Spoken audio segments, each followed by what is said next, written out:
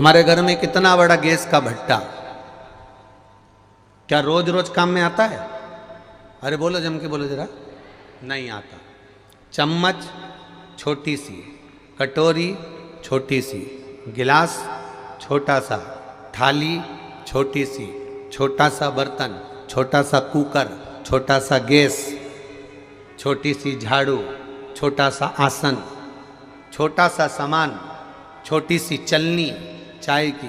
इतनी बड़ी कोई चाय की चलनी ला दे तो तुम्हारे क्या काम की? वो कोई बड़ा आयोजन होगा तब बड़ी चलनी काम आएगी, पर छोटी चन्नी चाय की तो हर कभी रोज रोज काम आती है। छोटा बर्तन, छोटी सामग्री, छोटी वस्तु, ये कभी भी काम आ सकती है, पर बड़ा बर्तन, बड़ी सामग्री, बड़ी वस्तु रोज रोज काम नहीं आती है। भगवान से भी कहना, परमात्मा हमको छोटा बना कर रखना और तेरी सेवा में लगा कर रखना।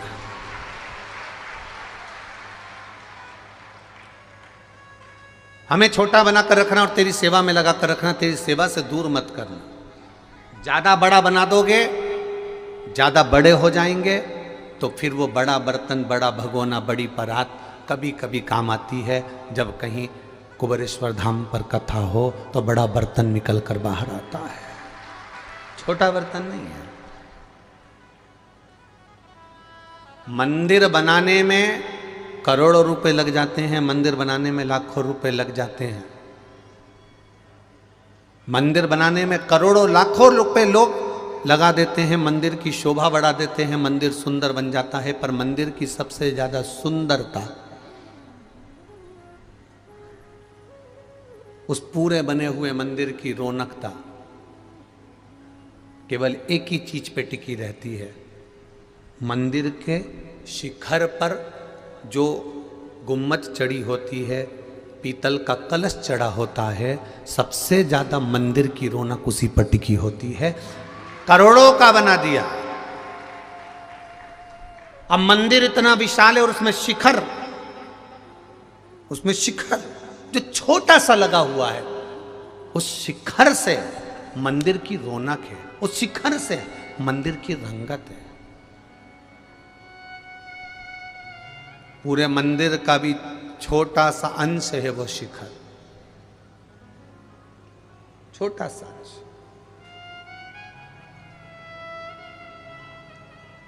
जितने छोटे रहोगे उतने परमात्मा के करीब, जितने छोटे रहोगे, बर्तन जो छोटा रहता है वो रसोई घर में पड़ा रहता है।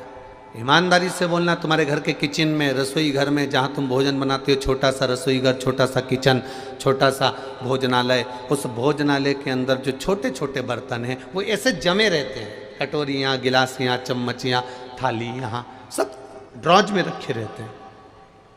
अब इतना बड़ा बर्तन तुम ड्रॉज में रखोगे क्या? इतना बड़ा बर्तन तुम उस रेक से पर रखोगे क्या? उस जाली में रखोगे क्या?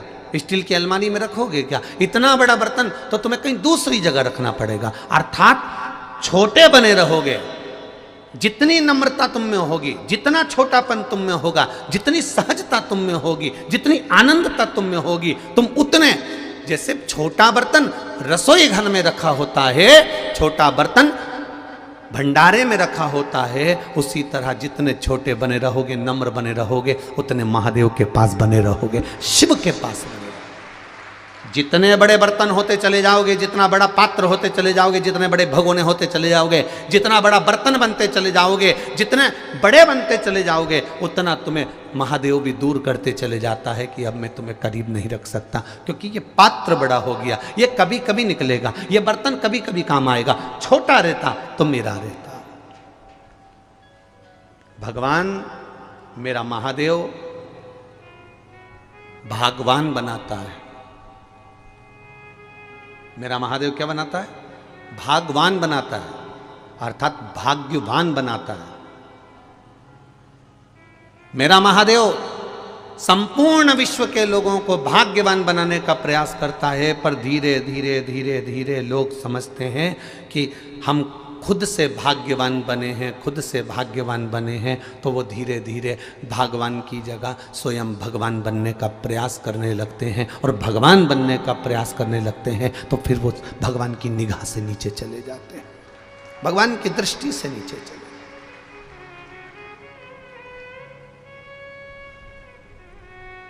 आप करो भजन, आप करो स्मरण,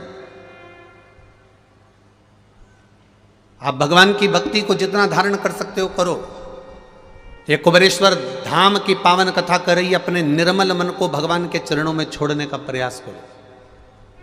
हम तुमसे ये कभी नहीं कहते कि तुम 24 घंटा जाकर मंदिर में बैठ जाओ, या 24 घंटा जाकर कथा में बैठ जाओ, या 24 घंटा जाकर तीर्थ में बैठ जाओ। ना ना ना ना, अपने घर में रहो। हम तो कई बार कथाओं में कहते हैं कि छोटे छोटे बच्चे अगर तुम्हारी गोदी में हैं तो उनको लेकर कथा में मत पहुंचो।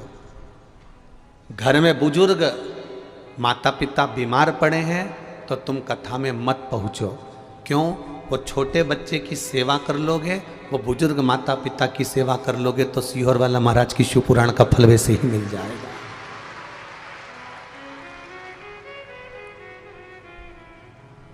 बच्चे कष्ट में हो या घर के बुजुर्ग कष्ट में हो और आप बैठकर कथा कर तत्व ग्रहण करो, ये हमको अच्छा नहीं लगता। प्रयास करो।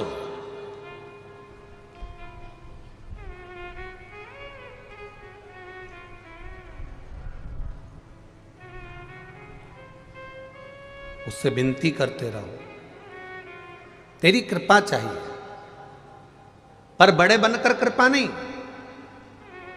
एक बड़ा बेटा होता है, एक छोटा बेटा होता है। बड़ा बेटा थाली लेता है, एक जगह बैठकर भोजन करते रहता है। छोटा बेटा का काम क्या होता है? माँ उसको रोटी में घी लगाती है, नमक मिर्ची लगाती है, फिंगर बनाती है, उसके हाथ में पकड़ा देती है, बच्चा खाता रहता है। माँ का पल्लू पकड़कर माँ के पीछे पीछे जाता रहता है। माँ इधर जाए वो खाता खाता उधर चले जाए, माँ उधर जाए वो खाता खाता उधर चले जाए, माँ उधर जाए वो खाता खाता उधर चले जाए। एक बड़ा बेटा है जो एक जगह बैठकर खा रहा है, एक छोटा बेटा है जो माँ के पीछे पीछे दौड़ दौड़ कर खा रहा है। भगवान से कहना हमें इतना बड़ा मत बनाना कि हम एक जगह बैठकर तेरा भजन कर सकें, हमें छोटे बच्चे की तरह बनाना, चलते फिरते तेरा भजन करें और अंत में तर जाए। इतना छोटा बनाना। छोटा बच्चा चलते चलते भोजन कर रहा है और माँ के पीछे चल रहा है, उसी तरह हमको इतना छोटा बनाकर रखना कि चलते फिरते तेरा नाम भजें। हम कोई तपस्वी नहीं बनना चाहते, हम साधक नहीं बनना चाहते, हम संत नहीं बनना चाहते, हम साधु नहीं बनना चाहते। हम तो अपने घर में रहना चाहते हैं, अपनी गृहस्थी में रहना चाहते हैं, अपने परिवार में रहना चाहते हैं, पर छोटे बनकर रहेंगे तो सुखी रहेंगे, सुखी।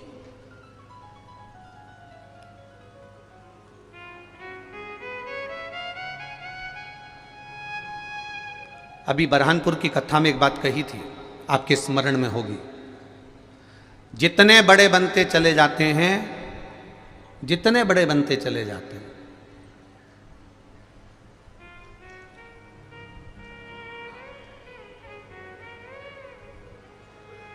उसकी दो चीजें उसके पास से चली जाती है। हम जितने बड़े बनते चले जाएंगे उसकी दो चीजें उसके पास से चली जाएंगी। क्या क्या? एक उसके चेहरे की स्माइल और एक उसके थाली में मलाई। थाली में भोजन में उसके ना तो घी मिलेगा, ना शक्कर मिलेगी, ना रबड़ी मिलेगी, ना बालूशाही मिलेगी, ना जोरदार एक से बढ़कर एक मालपुआ रबड़ी कुछ भी उसकी थाली में नहीं मिलेगी। जितना बड़ा बनते चले जाता है उतनी उसकी स्माइल कम हो जाती है, हंसी कम हो जाती है और थाली में भोजन की मात्रा कम होती चली जाती है। तो ऐसा बड़प्पन किस काम का?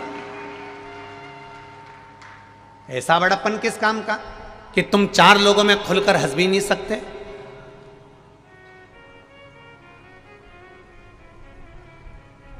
अब बहुत ऊंचे पद पर बैठे और एकदम खिलखिला के हंस दिए तो तुरंत लोगों ने मोबाइल में फोटो बना करके दिया, बताओ कैसे घोड़े जैसे हंस रहा है। वो तो फिर कहेंगे ये इतनी बड़ी जगह बैठ कर ये साहस। अब बहुत सावधानी रखना पड़ती है, इसलिए जो बड़े बड़े लोग होते हैं VIP, उनको तुम ज़्यादा हंसते हुए नहीं देख सकते। उनको हंसना भी होता है तो बेचारे ऐसे हंसते हैं, थोड़ा सा मुंडा हिलाएंगे, ज़्यादा हिलाएंगे तो ये बेचारे यूं चले जाएंगे। ज़्यादा बड़े बने तो दो चीज चली गई, एक हंसी चली गई और एक थाली में से भोजन कम हो गया। जो छोटा है घी की रोटी खा रहा है, चकाचक खा रहा है, ये कमाने के चक्कर में इतना अग्रणी रहा कि घी की रोटी खा नहीं सकता क्योंकि ब्लड प्रेशर है, और मिठाई खा नहीं सकता क्योंकि शुगर है। बड़ा तोल मोल कर खाता है, बड़ा गया, दोनों चीज गई। बड़ा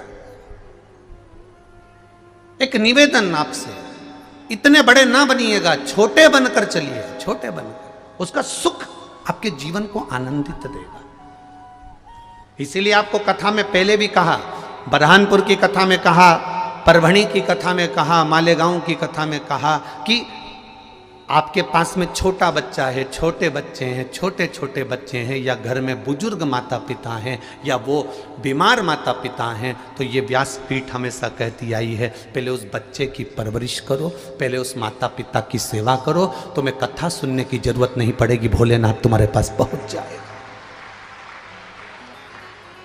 ये व्यासपीठ पहले भी कहती आई, आज फिर कह रही है, करो सेवा। सेवा में जो सुख है वो दुनिया में कहीं सुख नहीं होगा। सेवा में जो आनंद है वो दुनिया में कहीं नहीं होगा।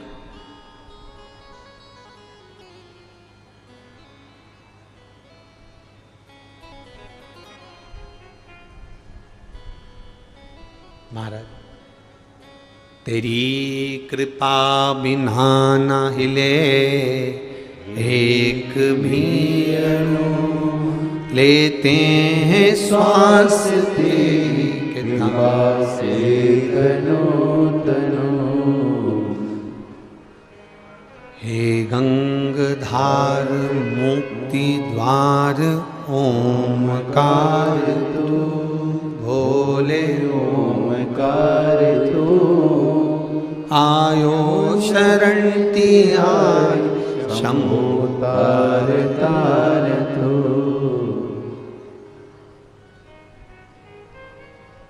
जितने हम बड़े बनते चले जाते हैं उतने हम संस्कारों से विहीन होते चले जाते हैं। पर बड़े बनने में आपके विश्वास की प्रबलता होना चाहिए। महाराज,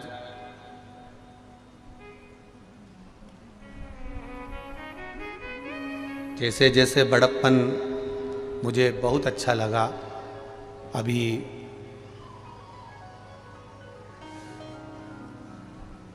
अंबानी परिवार ने एक चीज संसार के लोगों को बहुत अच्छी दर्शाई। एक चीज अंबानी परिवार ने संसार के लोगों को बहुत अच्छी दर्शाई। करोड़पति अरबपति होने के बाद भी शादी करी तो बेटे बहू किसी हिल स्टेशन पर नहीं गए, वो बेटे बहू सारे देवालय और शिवालय घूमते रहे। ये प्रेरणा दी। और आप लोगों ने भी मीडिया में देखा होगा, सोशल मीडिया में देखा होगा, कहीं नाथद्वारा जा रहे हैं, कहीं तिरुपति जा रहे हैं, कहीं काशी जा रहे हैं, कहीं सोमनाथ जा रहे हैं, कहीं मल्लिकार्जुन जा रहे हैं। ये प्रेरणा दी है।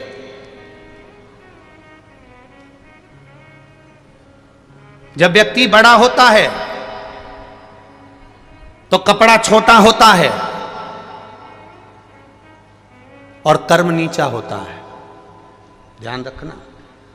जब व्यक्ति बहुत औहदे पर पहुंच जाता है, जब व्यक्ति बहुत पैसे वाला हो जाता है, धनपति बनता चले जाता है, करोड़पति बनता चले जाता है, जिसके पास में वैभव आने लगता है, उसका धीरे धीरे कपड़ा छोटा होने लगता है।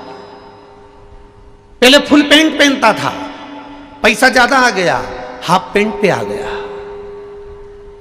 और पैसा जितना जितना पैसा बढ़ेगा उतनी उतनी पैंट छोटी होती चली जाएगी। जितना जितना पैसा बढ़ते चले जाएगा उतना उतना कपड़ा छोटा होते चले जाएगा, और कपड़ा छोटा होगा और कर्म नीचा होते चले जाएगा।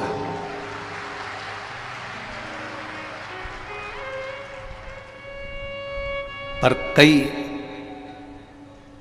करोड़पति और धनपतियों को देखा जिन्होंने पेट्रोल पंप पर काम कर कर तगाड़ी धोकर अपनी जिंदगी बनाई, उनके कपड़े छोटे नहीं हुए और उनका कर्म भी नीचा नहीं हुआ, वो भी प्रबल ही रहा। प्रबल। बहुत पढ़े लिखे बेटा बेटी हो जाते हैं, बहुत अव्वल पढ़े हुए हो जाते हैं। मैं उनसे एक बात कहना चाहूँगा कि तुम बहुत पढ़ गए, बहुत लिख गए, बहुत फैक्ट्रियाँ तुम्हारी हो गई, बहुत दौलत तुम्हारे पास हो गई, पर एक बात कहूँगा, मेरे भारत की संस्कृति सभ्यता को मत भूलना। सिर पे पल्लू, माथे पर बिंदी और मुख से हिंदी निकलती रहना चाहिए। ये सभ्यता और संस्कृति समाप्त नहीं होना चाहिए। तुम्हारा वैभव कितने दिन का है, सत्ता कितने दिन की है, धन बढ़े, कपड़ा छोटा मत होने देना। मेरे पिताजी ये हैं, मेरे पिताजी वो हैं, और बेटियां बेटे कपड़ा छोटा पहनना चालू कर दिए। छोटा होते होते होते होते आज धन के चक्कर में कपड़ा इतना छोटा हो गया कि सोचने वाले को भी पड़ता है कि इतना धनपति होने के बाद तो अच्छी कपड़े पहना सकता था, पर कपड़े वो पहनाने को तैयार है पर पहनने को तैयार नहीं, क्योंकि धन वैभव शरीर पे से कपड़े कम करते चले जाता है। वैभव, सत्ता, धन।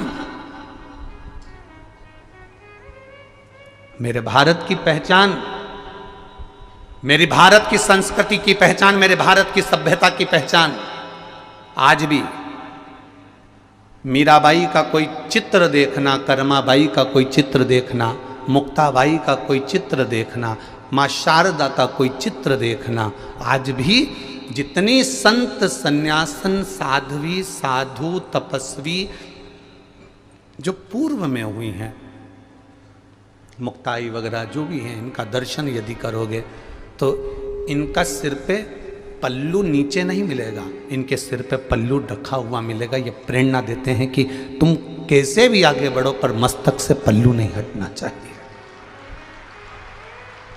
आज क्या हो रहा है, क्या वस्त्रों की आजकल फैशन इतनी विचित्र आ गई कि उसका क्या वर्णन करो, क्या कहो।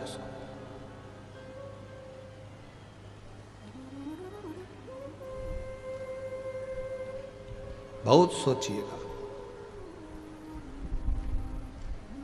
मत बुरे कर्म कर बंदे वरना पछताएगा, भगवान की आंखों से तू बच नहीं पाएगा, तू बच नहीं पाएगा। इसलिए कर्म की प्रधानता को मानकर ये ना सोचे कि वैभव बहुत हमारा है तो हम वस्त्र कैसे भी पहनेंगे चल जाएगा। ना ना ना ना, उसको धारण करना है तो हमें हमारी भारत की सभ्यता से, हमारी संस्कृति से धारण करो। पहनो, पहनावा पहनने को मना नहीं, पर जो लायक हो वो पहनो। अब ऐसे तो कितना गाना गाते हैं जब दूल्हा स्टेज पे आता है। जब दूल्हा स्टेज पर आता है तो कितनी धुन बजती है। वो एक गाना गाते ना, अजीबो शान शहंशाह। जब दूल्हा स्टेज पर आ रहा है और डीजे पर गाना बज रहा है, अजीबो शान शहंशाह। अब दूल्हे को भी लग रहा है कि मेरे लिए गाया गया है, मैं शहंशाह।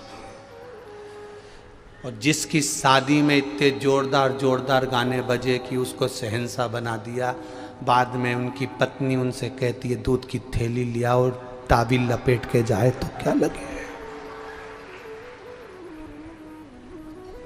ताबील लपटी हुई है और पत्नी कह रही है दूध की थैली लिया। अब वो अजीबो शान शहंशाह दूध की थैली लेने गया, दोस्त कह रहा है आज तो तू तो रोज 8:30 बजे उठता था, आज 6 बजे। अरे वैसे ही आज नींद नहीं आई मारे, आज मारे नींद नहीं आई। तो क्या थारे को तो मैं पहचानूं, तू 9-10 बजे उठने वाला, भाभी आई जब से तो तू फिर भी 8-8:30 बजे उठ जाए है। पर आज तो गजब कर दिया तेने, 6:30 बजे, बस मारे नींद नहीं आई। इतने में पीछे डीजे में फिर गाना चल, अजीबो शान से। इतने में ये चिल्ला के बोले, बंद कर दे इस गाने को, बंद करो, बंद कर दे इस गाने को। उसने पूछा क्यों बंद करूं, मेरी दुकान पे बज रहा है, मेरी दुकान पे बज रहा है, नहीं करना बंद, नहीं बंद कर तू इस गाने को। पूरी जिंदगी नाश कर दी इस गाने ने।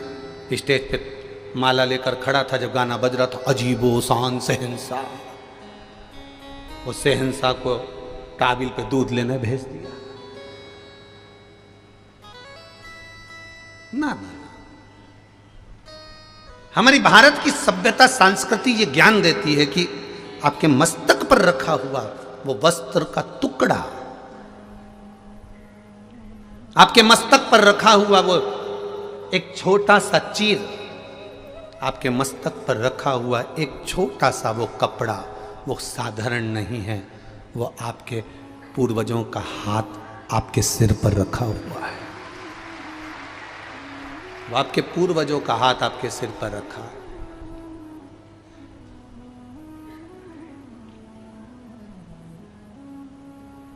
जो दिखावा करता है वो ही जाता है।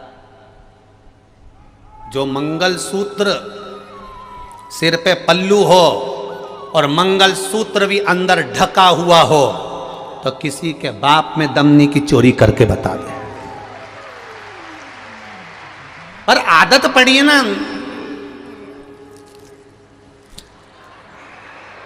अब आदत पड़ी तो दिखना तो चाहिए, तो बस दिखावे में पड़ा नहीं तो वो गया। जितना जितना दिखावे में पड़ोगे ना उतना उतना उतना उतना चले जाओ। दिखावे में पड़ा हुआ श्रेष्ठता नहीं है।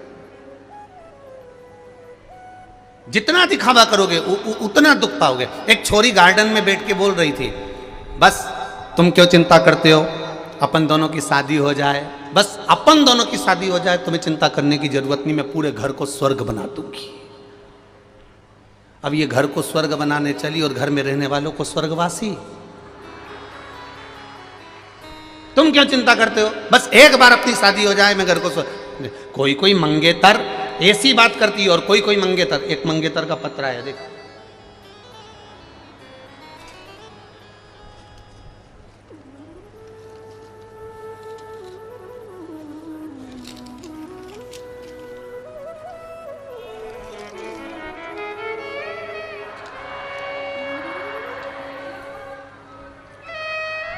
मैं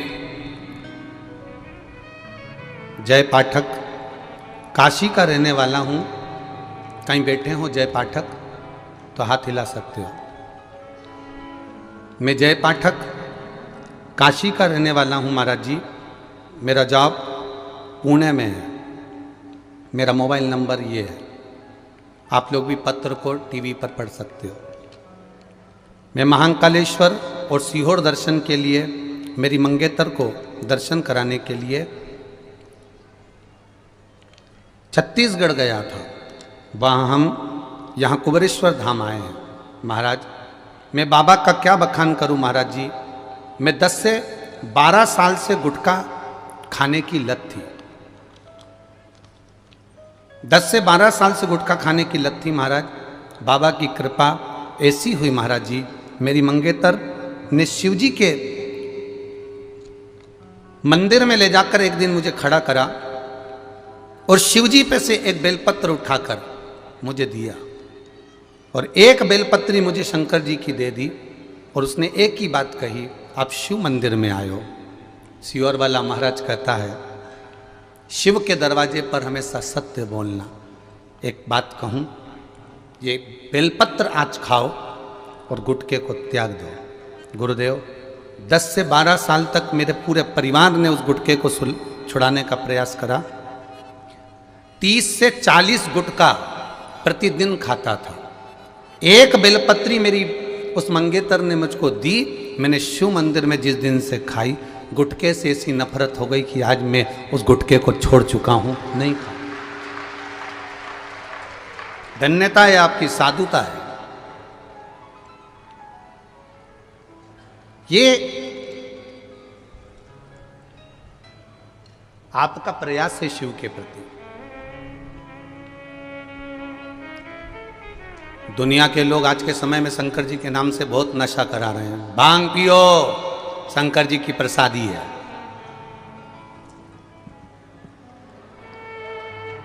लगाओ दम और मिटाओ गम, शिव जी की प्रसादी है। कौन सी पुराण में किस जगह पर लिखा है कि शंकर भगवान ने भांग पी थी? कौन सी पुराण में किस जगह पर लिखा है कि शंकर भगवान ने गांजा पिया था? कौन सी पुराण में किस जगह लिखा है कि शंकर भगवान ने चिलम लगाई थी? तुम्हें शौक है इसलिए तुम देवताओं को बदनाम करते हो। मेरा महादेव कभी गलत काम नहीं करता। मेरा महादेव कभी गलत काम नहीं करता, क्योंकि मेरा महादेव प्रेरणा देता है। अगर गलत काम करते होते मेरे महादेव तो पहला झगड़ा होता अमृत के लिए। मैं विष नहीं पीऊंगा, मुझे अमृत ला के दो। पर विष पी गया कि मैं क्रोध नहीं चाहिए, झगड़ा नहीं चाहिए। क्या करूंगा उससे? अमृत का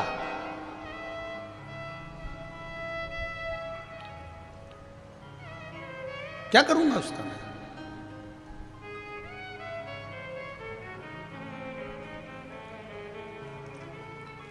एक घर में इकट्ठे रहने से परिवार नहीं होता। जी सुन लो री, जहां जहां से आई हो, और जी जाओ तुम भी।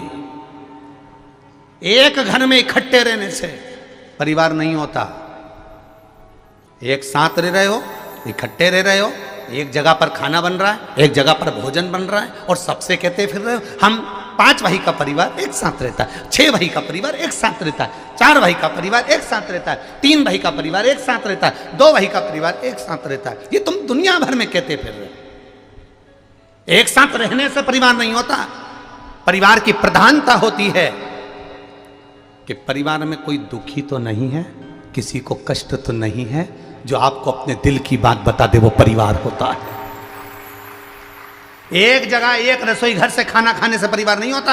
अपने दिल की बात बता देने से, अपने गम को बता देने से, अपने एक श्रेष्ठ भाव को तुम्हारे सामने प्रकट कर देने पर, उसके दिल की बात को तुम समझ जाओ, उसके हृदय की बात को तुम समझ जाओ, उसके चित्त बात को तुम समझ जाओ, तो समझो कि परिवार में रह रहे हो। और मालूम पड़े एक जगह रोटी बन रही है, सब अपना अपना कमरा में खाया पिया, दुकान धंधे पानी पे गए, रात को बैठ गए, खाया पिया चल दिया। इसको परिवार नहीं कहते। परिवार में इसका चेहरा क्यों उतरा है? माँ आज तू दुखी क्यों है? पिता आज तेरे मन में क्या बात चल रही है? ये छोटे भाई के बच्चे को क्या हुआ? बड़े भाई के बच्चे को क्या हुआ? इसको क्या हुआ? ये परिवार है जिसमें एक दूसरे के प्रति समर्पण का भाव है, एक दूसरे के प्रति दर्द जागृत हो, एक दूसरे के प्रति प्रसन्नता का भाव जागृत हो, उसको परिवार कहते हैं। खाना एक जगह बन रहा है, हम 5 भाई का परिवार, 6 भाई का परिवार एक जगह रह रहे हैं, पर इनसे पूछो तो एक गंगा जा रही, एक यमुना जा रही। बस खाना एक जगह बन रहा है, बाकी की खा भी एक जैसा नहीं रही है।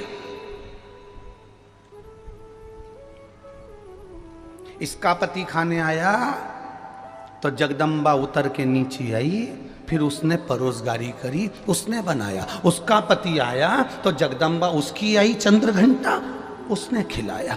फिर आ गई कुसमांडा, फिर स्कंदा, फिर उसके बच्चे आए तो उसने दूध भर कर दिया, उसके बच्चे आए तो उसने चाय बना कर दी, उसके बच्चे आए तो उसने बॉर्नविटा बना कर दिया। ये कहां की रीति है? 5 एक रसोई घर में मिलती। जी ला मैं थाली लगा दूं, जी ला मैं ये सामान कर दूं, उसको परिवार कहते हैं। दिन भर गप्पो जैसा मुंह बना के फिरे और केम परिवार परिवार परिवार में दे, इसको परिवार नहीं कहते। प्रसन्नता जिस परिवार में होती है, उसकी परिवार की उन्नति परमात्मा स्वयं करता है, स्वयं।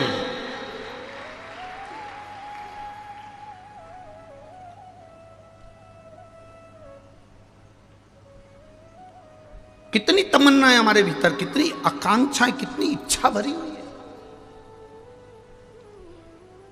कितनी इच्छा।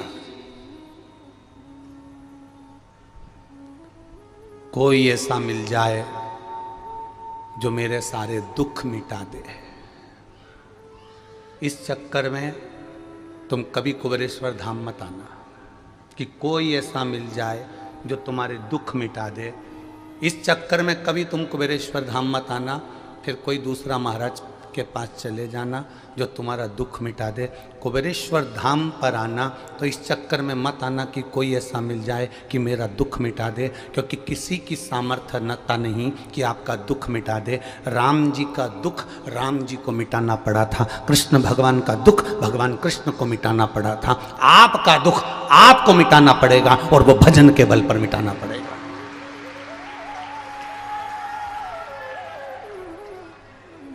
इस चक्कर में मत आना कि आपका दुख सीहोर वाला महाराज काट देगा। ना ना ना ना, पहले भी कहा, आज फिर कर रहे हैं, तुम्हारे दुख को तुम्हें काटना है। कुछ चीजें ऐसी होती हैं जो व्यक्ति को खुद करना पड़ती है। पहली छींक, तुम्हें छींक आ रही है और तुम पड़ोसन से कहते छींक ले, तुम्हारी छींक पड़ोसन छींक लेगी क्या? जम के बोलो जरा। नहीं, तुम्हें खांसी चल रही है, अब जैसे हमको चली अभी थोड़ी देर में, हम तुमसे कहते हैं ए हरी साड़ी वाली जीजी खांस ले, अब हमारी खांसी तुम खांस लोगी क्या? बोलते जाओ जरा। नहीं, सिर तुम्हारा दुख रहा है और दवाई तुम अपने पति को खिला दो और सोचो कि तुम्हारा सिर अच्छा हो जाए। हो जाएगा क्या? नहीं, दवाई भी तुम्हारी तुमको खाना पड़ेगी, छींकना भी तुम्हारा तुमको पड़ेगा, खांसना भी तुम्हारा तुमको पड़ेगा, भोजन भी तुम्हारा तुमको करना पड़ेगा। उसी तरह दुख भी तुम्हारा तुमको काटना पड़ेगा, कोई दूसरा नहीं काट सकता। पर हम भ्रांतियों में जी रहे हैं। कोई ऐसा बाबा मिल जाए, कोई ऐसा महाराज मिल जाए जो हमारा दुख काट दे, तो महाराज का तो खुद नहीं कट रहा, वो तुम्हारा खाक काटेगा। अपना दुख अपने को काटना, काय से कटेगा? तो तुलसी बाबा ने लिख दिया, कलयुग केवल नामधारा, श्री शिवाय नमस्तुभ्यम। हमने बुरा कर्म करा है तो उसको काटना हमको पड़ेगा। पूर्व में हम करके आए हैं तो हमको भोगना पड़ेगा। उस भोगते समय पर दुख आया है तो थोड़ा भगवत भजन में लग जाओ। राम जी ने एक काम सबसे प्रबल करा, जब उनको वनवास मिला, राम जी को 14 वर्ष का वनवास मिला, मेरे राम जी महाराज कहीं नहीं गए। आज के व्यक्ति की अगर 2 बार दुकान बंद हो जाए तो वो कहीं ना कहीं जाके पूछ लेता है कि ये बताओ, हमारी इतने दिन से हम दुकान चला रहे हैं, हमारी दुकान क्यों नहीं चल रही? इतने में किसी ने कह दिया कि तेरे ही घर के लोगों ने करा है। अब बस यही दिमाग दौड़ता रहा कि मेरे को बुरा किसने करा होगा। समझ में आ गया, 3 दिन पहले मायके गई थी मेरी जेठानी, वो कुछ करवा के आई है। इतना अच्छा परिवार था, शंका में पढ़ पढ़ के सब नष्ट हो गया। राम जी को 14 वर्ष का वनवास मिला, राम जी किसी के पास नहीं गए। भगवान कृष्ण को ब्रज छोड़कर मथुरा जाना पड़ा, मथुरा छोड़कर भगवान कृष्ण को द्वारका जाना पड़ा। भगवान कृष्ण किसी के पास नहीं गए। भगवान कृष्ण और राम जानते थे कि हमारे कर्मों को हमें स्वयं काटना है। राम जी अयोध्या से चले तो जहाँ जहाँ रुकते थे शिवलिंग का निर्माण करते थे, पार्थिव शिवलिंग बनाते थे, पूजन करते थे, चलते जाते थे, फिर पूजन करते थे, चलते जाते थे। राम पथगमन भारत सरकार ने बनाया है। कभी मौका मिले तो उस राम पथगमन पर गाड़ी लेकर निकलना। आजकल तो ट्रेन भी चलने लगी राम पथगमन पर, गाड़ियां भी। राम पथगमन अयोध्या से लेकर लंका तक के बीच में राम पथगमन भारत सरकार ने बनाया। उस राम पथगमन पर कभी चल कर देखना, जितने मंदिर राम जी के नहीं मिलेंगे, जितने मंदिर हनुमान जी के नहीं मिलेंगे, पूरे राम पथगमन में अयोध्या से लेकर लंका तक के बीच में सबसे ज्यादा मंदिर मेरे देवाधिदेव महादेव के मिलेंगे।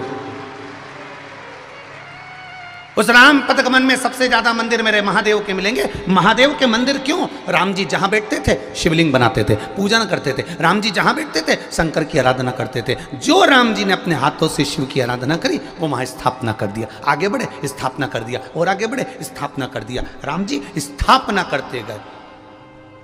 एक जगह पहुंचते पहुंचते शबरी अम्बा के दरवाजे पर पहुंच गए। मातंग ऋषि की शिष्या के पास पहुंचे और मातंग बाबा की शिष्या उस शबरी अम्बा ने कहा, राम तुम यहां तक पहुंचे हो? हां। कहां जा रहे हो? मेरी धर्म पत्नी को कोई ले गया, उसको ढूंढने जा रहा हूं। अच्छा ठीक है, तुम्हारी धर्म पत्नी तुम्हें मिल जाएगी? जरूर।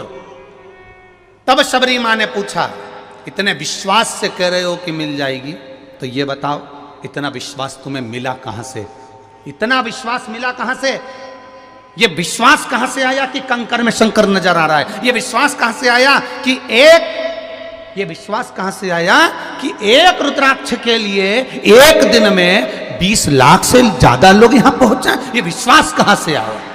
ये दृढ़ता कहां से आई? ये भरोसा कहां से आया? ये विश्वास किसने पैदा कर दिया? ये भरोसा किसने जान दिया?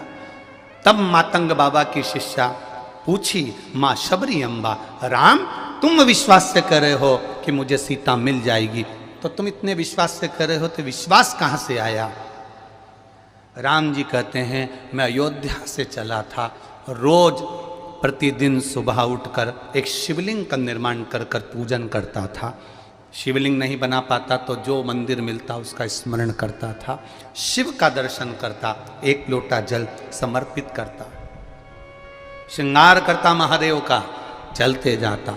बस वही शिव ने मुझे विश्वास दिया है और शंकर की आराधना मैंने करी है, तो ये मैं दिल से कह सकता हूं कि सीता भी मुझे जरूर मिलेगी। वो सीता नहीं है, वो भगवान राम की मंजिल तक पहुंचना था उनको, उस मंजिल तक मुझे। तो आप भी शंकर के मंदिर जा रहे हो, एक लोटा जल चढ़ा रहे हो, शिव जी पे बेलपत्र चढ़ा रहे हो, शंकर भगवान का गुणगान कर रहे हो, शिव मंदिर में झाड़ू लगा रहे हो, शंकर भगवान के मंदिर में पोछा लगा रहे हो, ये तुम्हारा विश्वास जागृत हो गया कि मुझे ये विश्वास है कि भोला सब दुख, ये मेरा विश्वास पक्का हो गया कि वो दुख काटेगा तो वही काटेगा। फिर वही वाली बात आ गई जो आपको मालेगांव में कही थी, बच्चा रोता है तो माँ कह देती है बाबा आ रहा है। बच्चे ने रोना बंद कर दिया। आधा घंटा बच्चे ने देखा चारों तरफ घूम घूम के, कोई बाबा नहीं आया, तो फिर चालू हो गया पे, फिर चालू हुआ तो माँ ने वो बाबा आया। बच्चा फिर चुप हो गया। फिर कहा, बच्चा फिर रोया तो कहे वो बाबा आया। बच्चा फिर चुप। अब जरा विचार करिए, चित्तवृत्ति में उतारिए।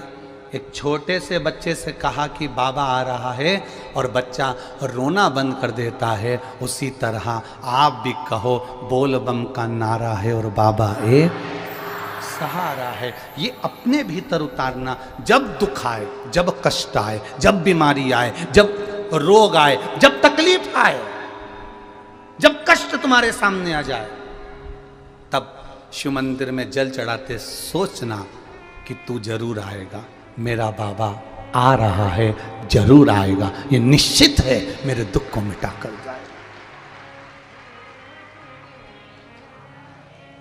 एक उसके भरोसे पर, एक उसके सहारे पर हम खड़े हैं, उसके इंतजार।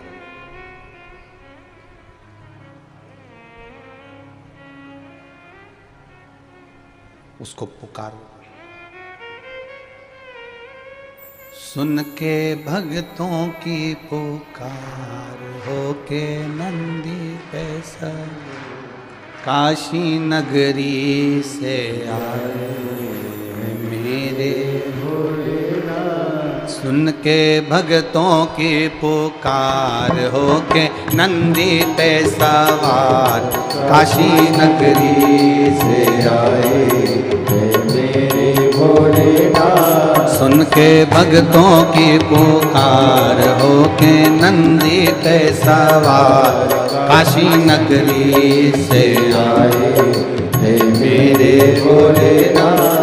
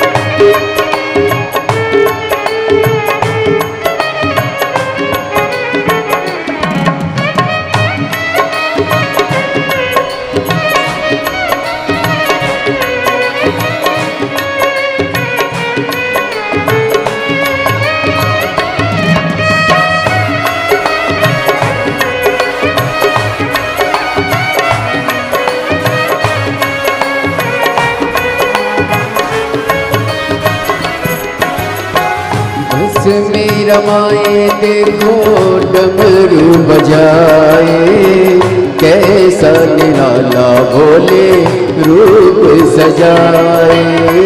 बस में रमाए देखो डमरू बजाए, कैसा निराला भोले रूप सजाए।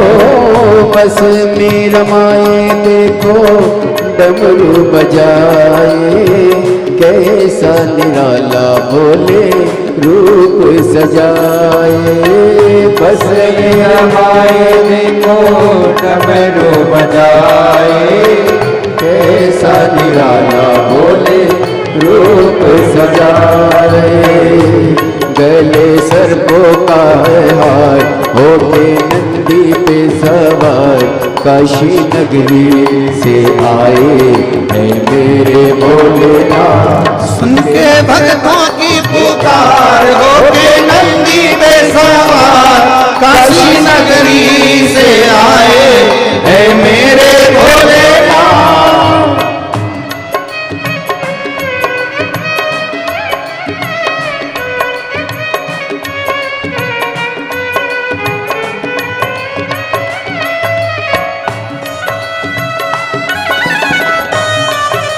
जय हो।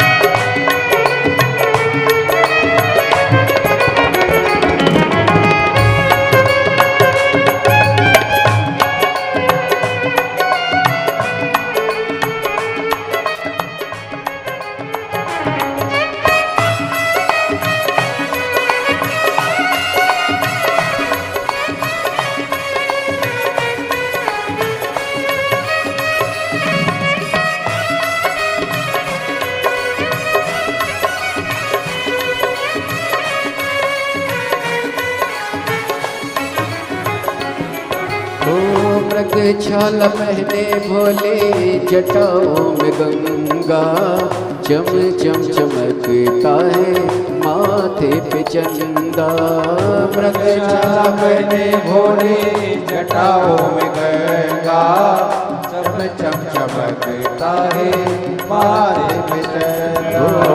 मृग छाला पहने भोले जटाओं में गंगा, चम चम चमकता है माथे पे चंदा। मृग छाला पहने भोले जटाओं में गंगा, चम चम चमकता है माथे पे चंदा। गौरा मैया करे सिंगार होते नंदी पे सवार, काशी नगरी से आए हैं मेरे भोलेनाथ। सुन के भक्तों की पुकार होके नंदी पे सवार, काशी नगरी से आए हैं मेरे भोलेनाथ। हरि बोल। राधे।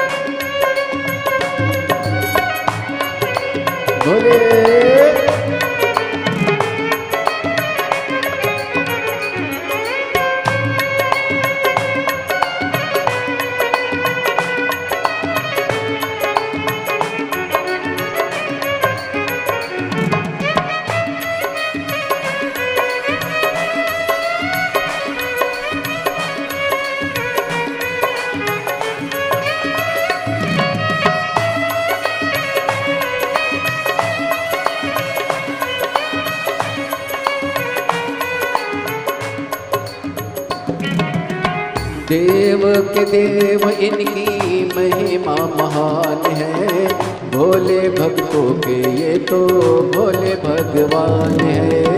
देव के देव इनकी महिमा महान है, भोले भक्तों के ये तो भोले भगवान है। के देव इनकी महिमा महान है, भोले भक्तों के ये तो भोले भगवान है। करने भक्तों का उद्धार होके नंदी पे सवार काशी नगरी से आए हैं मेरे भोलेनाथ। सुन के भक्तों की पुकार होके नंदी पे सवार काशी नगरी से आए हैं मेरे भोलेनाथ। सुन के भक्तों की पुकार होके नंदी पे सवार काशी नगरी से आए हैं मेरे भोलेनाथ। होके नंदी पे सवार सुन के भक्तों की पुकार काशी नगरी से आए हे मेरे भोलेनाथ। सुन के भक्तों की पुकार होके नंदी पे सवार काशी नगरी से आए हे मेरे भोलेनाथ। हो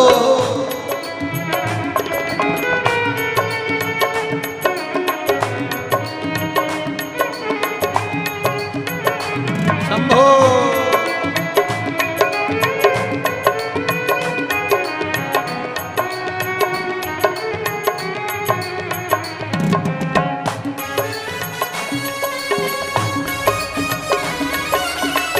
राधे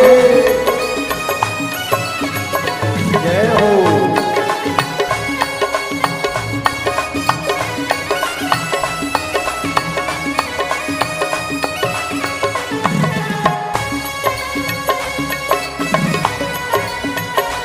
राधे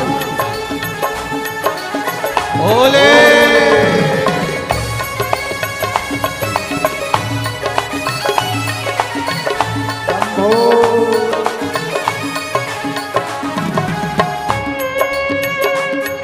जय हो।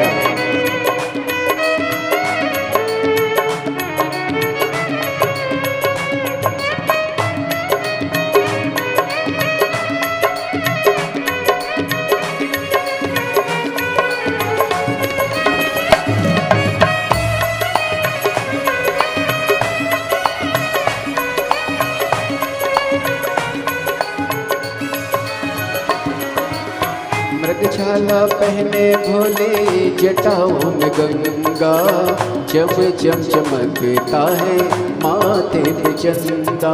ओ मृगशाला पहने भोले जटाओं में गंगा, चम चम चमकता है माथे पे चंदा। मृगछाला पहने भोले जटाओं में गंगा, चम चम चमकता है माथे पे चंदा। ओ मृगशाला पहने भोले जटाओं में गंगा, चम चम चमकता है माथे पे चंदा। गौरा मैया करे सिंगार होके नंदी पे सवार काशी नगरी से आए है मेरे भोलेनाथ। होके भक्तों के सवार होके भक्तों के सवार काशी नगरी से आए है मेरे भोलेनाथ। सुन के भक्तों की पुकार होके नंदी पे सवार काशी नगरी से आए है मेरे भोलेनाथ। सुन के भक्तों की पुकार होके नंदी पे सवार काशी नगरी से आए हे मेरे भोलेनाथ। सुन के भक्तों की पुकार होके नंदी पे सवार काशी नगरी से आए है मेरे भोलेनाथ। काशी नगरी से आए हे मेरे भोलेनाथ। काशी नगरी से आए है मेरे भोलेनाथ। हर हर महादेव। अपने स्थान पर बैठकर भगवान देवज्ञ महादेव से प्रार्थना करें। अपने हृदय की बात दिल से बाबा देवज्ञ महादेव से कहें। भाव से कंकर शंकर की धरा, पुण्यमय आनंदमय भूमि, जहाँ शिव कंकर शंकर के रूप में विराजमान है। ऐसी पुनित पावन भूमि पर बैठकर दिल से अपने हृदय की बात जोड़कर बाबा से कहिए, श्री शिवाय नमस्तुभ्यं, श्री शिवाय नमस्तुभ्यं, श्री शिवाय नमस्तुभ्यं, श्री शिवाय नमस्तुभ्यं, श्री शिवाय नमस्तुभ्यं। भोला सब दुख काटो हमारा, ओ भोला सब दुख काटो हमारा। शिव शंकर जपू तेरी माला, भोले बाबा जपू तेरी माला। भोला सब दुख काटो हमारा, ओ भोला सब दुख काटो हमारा। देश है मंगल मंगलकारी, देश है मंगल मंगलकारी। शमशान वासी हमारा, शमशान वासी हमारा। भोला सब दुख काटो हमारा, ओ भोला सब दुख काटो हमारा। भगवान शिव ओघड़दानी त्रिकालदर्शी कैलाशी अविनाशी शिव तत्व कह, अपने कर्म के अनुसार भोगना हमको है। शिव महापुराण की कथा कहती है, जिस समय पर माँ जगतजननी पार्वती मैया भगवान शंकर जी के साथ में पाणी ग्रहण संस्कार कर रही हैं। माता पार्वती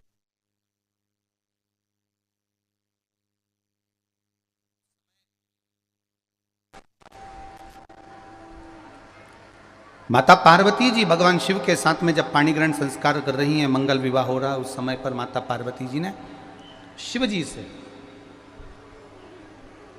कुछ हृदय की बातें कही। अब जरा देखिएगा, बहुत सुंदर प्रसंग है ये वाला। इस प्रसंग को आप अपने जीवन में उतारने का प्रयास करिए। पार्वती जी ने भगवान शिव से अपने हृदय की कुछ बातें भगवान शंकर से कही। हे बाबा, हे देवादिदेव महादेव, त्रिकालदर्शी कैलाशी अविनाशी, हे शिव।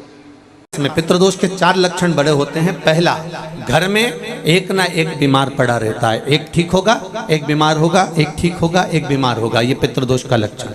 दूसरा, 1 रुपये कमाया, 1.25 रुपये खर्च हो रहा है, कहीं ना कहीं पैसा आके रखाता है और 2-3 दिन में पैसा चले जाता है, साथ में रखा हुआ भी धन जा रहा है, पितृदोष का लक्षण है। तीसरा, घर में जितने सदस्य हैं आपस में किसी ना किसी बात के पीछे उनमें क्लेश बना रहता है, मन मुटाव बना रहता है, थोड़ी थोड़ी बात में कुछ ना कुछ क्लेश हो जाता है। 5वां, घर के बच्चे चिड़चिड़ प्रवृत्ति के होते जा रहे हैं। तो ये 4 लक्षण पितृदोष के बताए हैं। इन पितृदोष का निवारण आप गया जी चले जाएं, ब्रह्म कपाली करा लें, या तर्पण दे दें, या पिंड दे दें, उससे अधिक फल।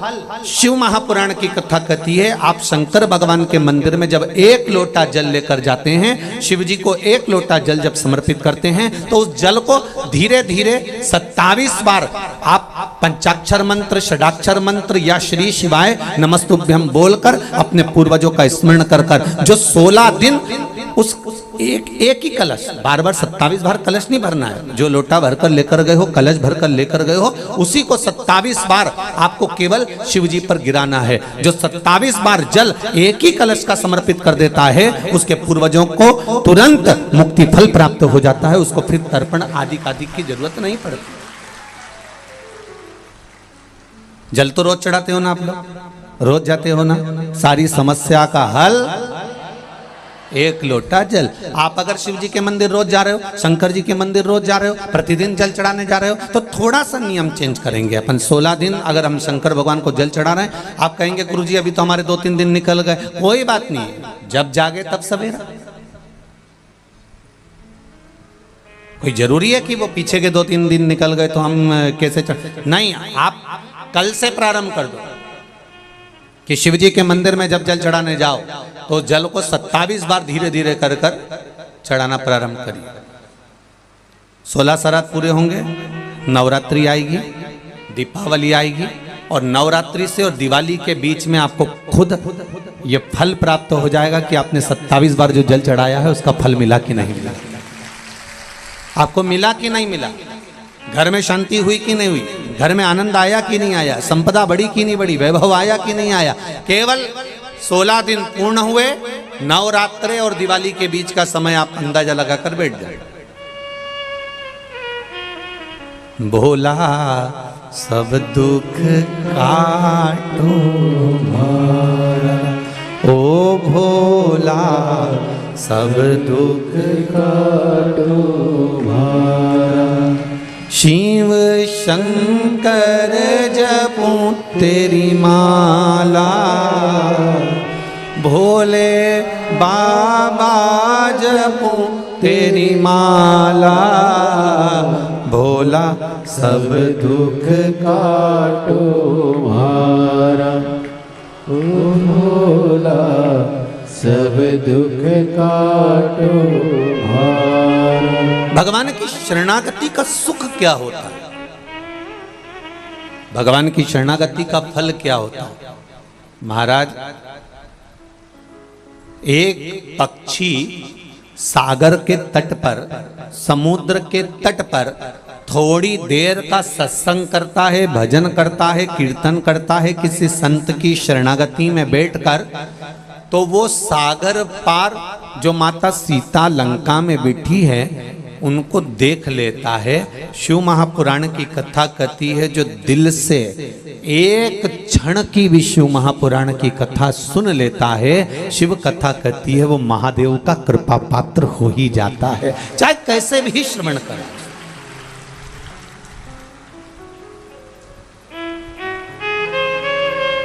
आप दिल से बस उसको स्मरण करो। 27 बार नाम ले लो या 27 बार जल समर्पित कर लो, या 27 मनके की माला से स्मरण कर लो।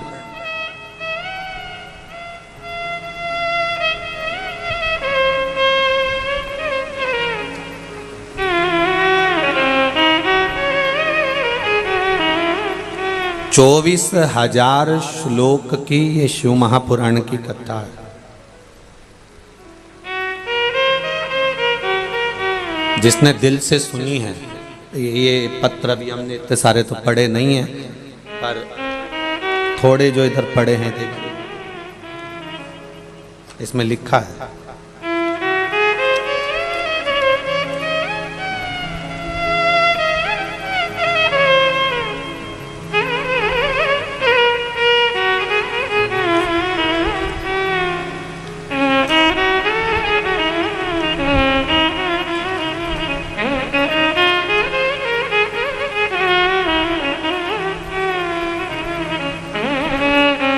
गुरुजी, मेरा नाम सुदेश कंवर है।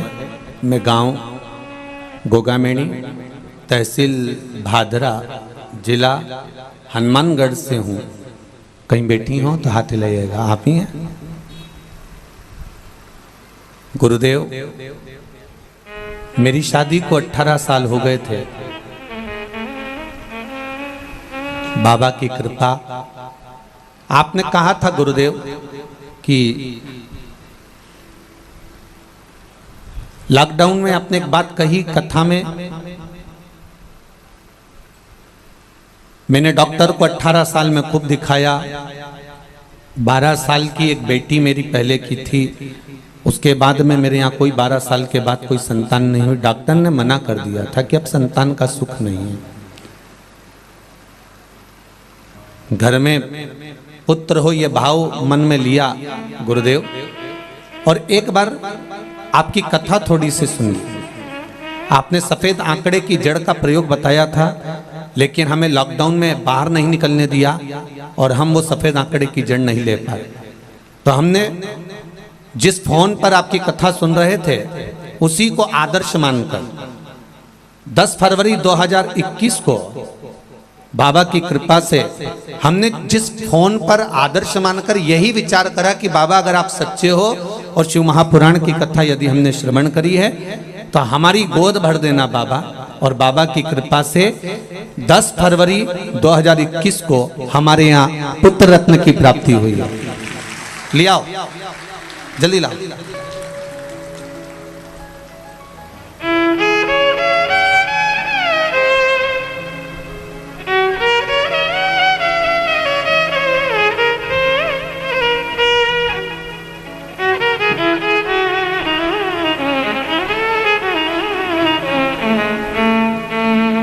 बारह साल के बाद बाबा ने मेरे जीवन में खुशियां दी है गुरुदेव। मैं धोख लगाने के लिए प्रणाम करने आई हूं कि बाबा ने मेरी झोली भर दी। भोला सब दुख काटो, ओ भोला सब दुख काटो शिव शंकर जपू तेरी माला, भोले बाबा जपू तेरी माला। जल्दी आओ, जल्दी आओ। भोला सब दुख काटो मारा, भोला सब दुख काटो मारा।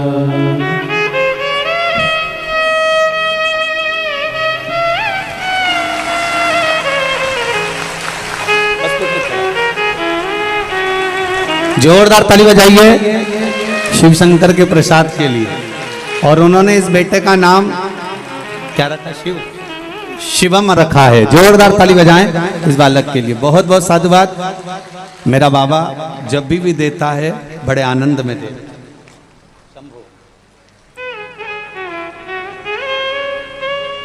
शंभो। एक पत्र और बड़ा सुंदर आया, देखिए। शंभो शंभो। पवन कुमार सुनीता जी जाजू नागौर राजस्थान से आई है। कहीं बैठी हो तो हाथ हिलाएंगे आप ही। श्री शिवाय नमस्ते। आपने जो बिलपत्र पर शहद का उपाय बताया था गुरुदेव, उस उपाय को करने से मेरे दोनों बच्चे आए हुए, दोनों आए साथ में, दोनों बच्चे सीए फाइनल में पास हो गए हैं। बाबा की कृपा, बाबा को प्रणाम करने आए हैं। माइक पहुंचाइए, माइक पहुंचाओ, जल्दी पहुंचाओ।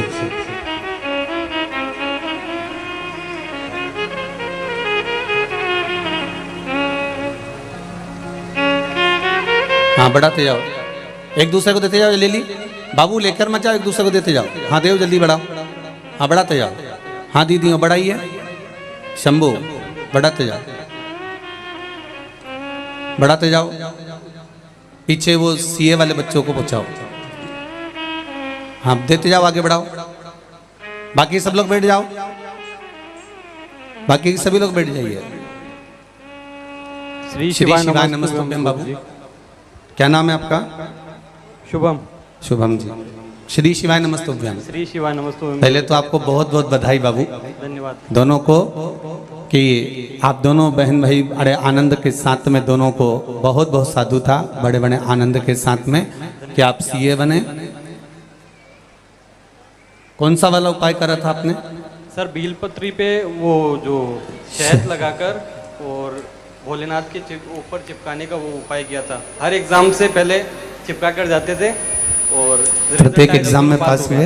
दोनों पास हुए। बस बाबा की कृपा हो। बहुत बहुत साधुवाद, बहुत बहुत बधाई। बैठिए। श्री शिवाय नमस्तुभ्यम। नमस्तुभ्यम। और गुरुजी जी ऑफिस का भी अभी इनॉग्रेशन हुआ है अप्रैल के अंदर।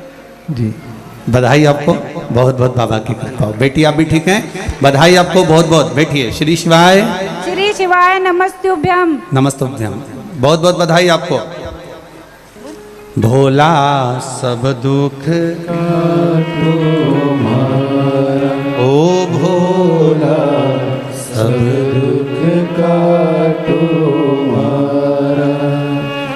शिव शंकर जपो तेरी माला, भोले बाबा जपो तेरी माला, भोला सब दुख काटो मारा। ओ भोला सब दुख काटो मारा। महाराज शिव पुराण कह रहे हैं, भगवान देवादिदेव महादेव का पावन चरित्र कह रहा है। एक देवराज नाम का ब्राह्मण जिसने जीवन भर कोई अच्छे कर्म की ओर लगा ही नहीं,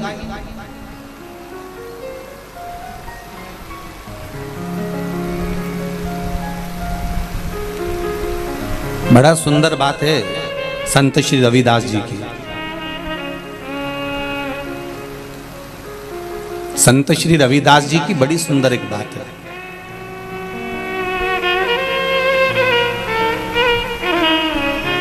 संत श्री रविदास जी महाराज कहते हैं, कोई जात से नीचा नहीं होता।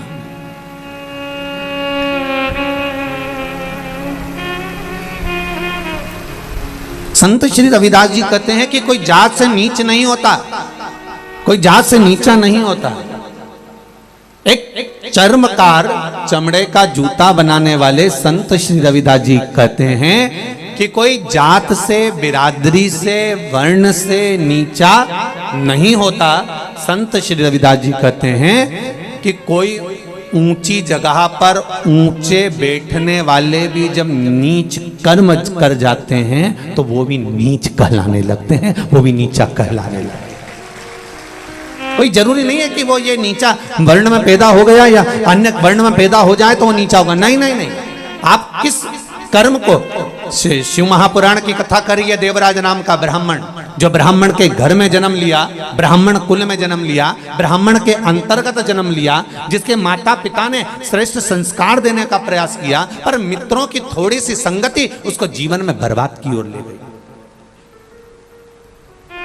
ताली, थाली और प्याली, ये तीन मित्र व्यक्ति को बर्बाद कर देते हैं। पहले नंबर का ताली, प्रसन्नता करने वालों से दूरी बनाकर रखना। जो जितना ज्यादा तुम्हारी प्रसन्नता करेगा, समझ लेना कि तुम्हें चने के झाड़ पे चढ़ा देगा।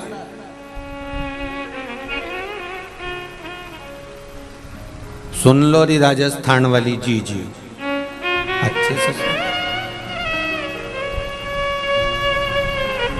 कोई प्रसन्नता करे और अपन वहां से बढ़ लो, तुरंत बोल दो हर हर महादेव, श्री शिवाय नमस्तुभ्यम। भैया हम तो जा रहे हैं, अब हमारे बस की बात नहीं, क्योंकि तुम ज्यादा प्रसन्नता करो तो सुनना नहीं अपने को, अपन को चल देना को। हो सके अहंकार आ जाए तो, अभिमान प्रकट हो जाए तो, जरा से में काम बिगड़ जाए तो, नहीं नहीं नहीं सुनना, बिल्कुल अपन तो चल दो, बस हो गया। हो राम जी हो, चलो।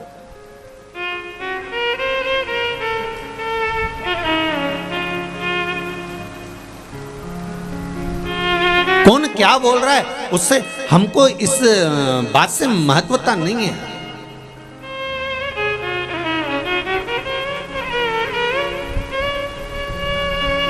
कल परम पूज्य 1008 संत शिरोमणि श्री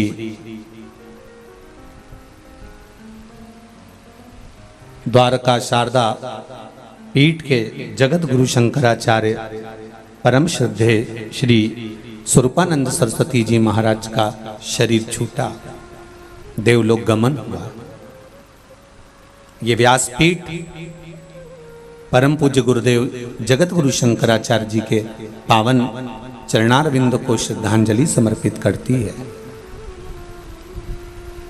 और सबसे ज्यादा नतमस्तकता इस व्यासपीठ से परम पूज्य जगत गुरु श्री स्वरूपानंद सरस्वती जी महाराज के पावन चरणों को करती है, क्योंकि उन्होंने सनातन धर्म में भले दुनिया के लोगों ने उनको कह दिया हो, कई लोगों ने उनका विरोध भी किया हो, कई लोगों ने शब्द पर शब्द भी कहे हो, कई लोगों ने राजनीति के भाव में भी कहा हो, पर यह व्यासपीठ उनको इसलिए बहुत बहुत बहुत श्रद्धांजलि और नमनता करती है, क्योंकि उन्होंने सनातन धर्म के जितने मंदिरों में अन्य देव की मूर्तियां लोग स्थापित करने लगे थे और हमारे सनातन धर्म के देवताओं को पूछना बंद कर दिया था और ना जाने किस किस को मंदिर में लाकर बिठा दिया था, उसका फुल जोर विरोध किया था। इसलिए उन्होंने सनातन धर्म में भले दुनिया कुछ भी कहती रहे, पर उन्होंने उस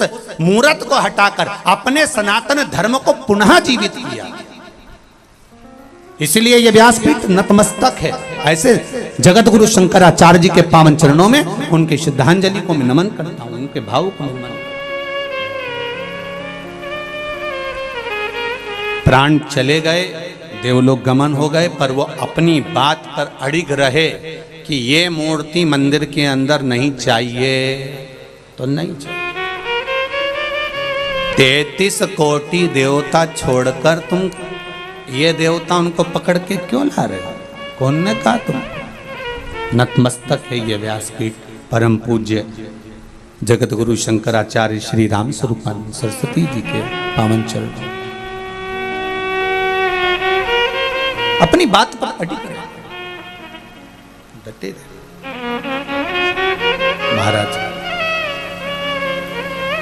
यहां चरित्र कर रहा है। देवराज नाम का ब्राह्मण कुल में जन्म लेकर अगर आप ब्राह्मण कर्म से वंचित हो और आप विचार करते हो कि हम ब्राह्मण और ब्राह्मण कर्म से वंचित हो गए, तो यह श्रेष्ठता नहीं है हमारा।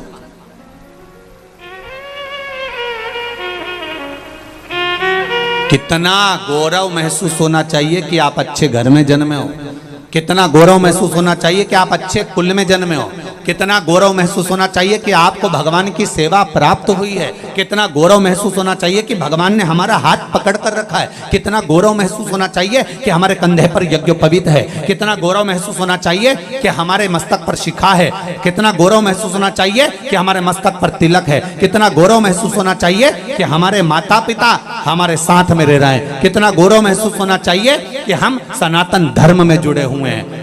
देवराज नाम का ब्राह्मण कुल में जन्म लेने के बाद भी चोरी करता था, वेश्यावृत्ति करता था, गलत काम करता था। खूब समझाया माता पिता ने, पर नहीं माने। खूब समझाया, नहीं माने। अंत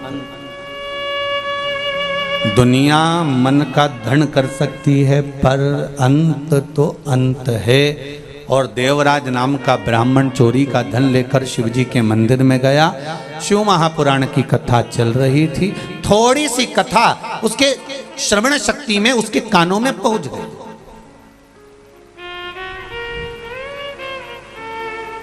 थोड़ी सी कथा,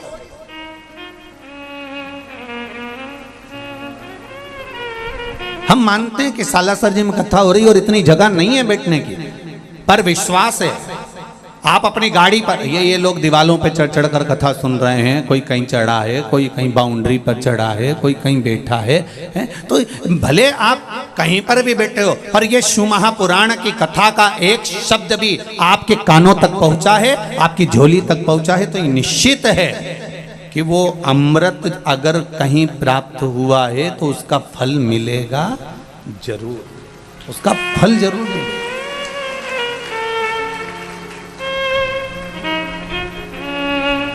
आस्था चैनल के माध्यम से, फेसबुक यूट्यूब के माध्यम से करोड़ों लोग इंतजार कर रहे थे सालासर जी की 5 दिवसीय शिव महापुराण का। करोड़ों, और आप भी जितने बैठे हो ना, सब इंतजार में थे।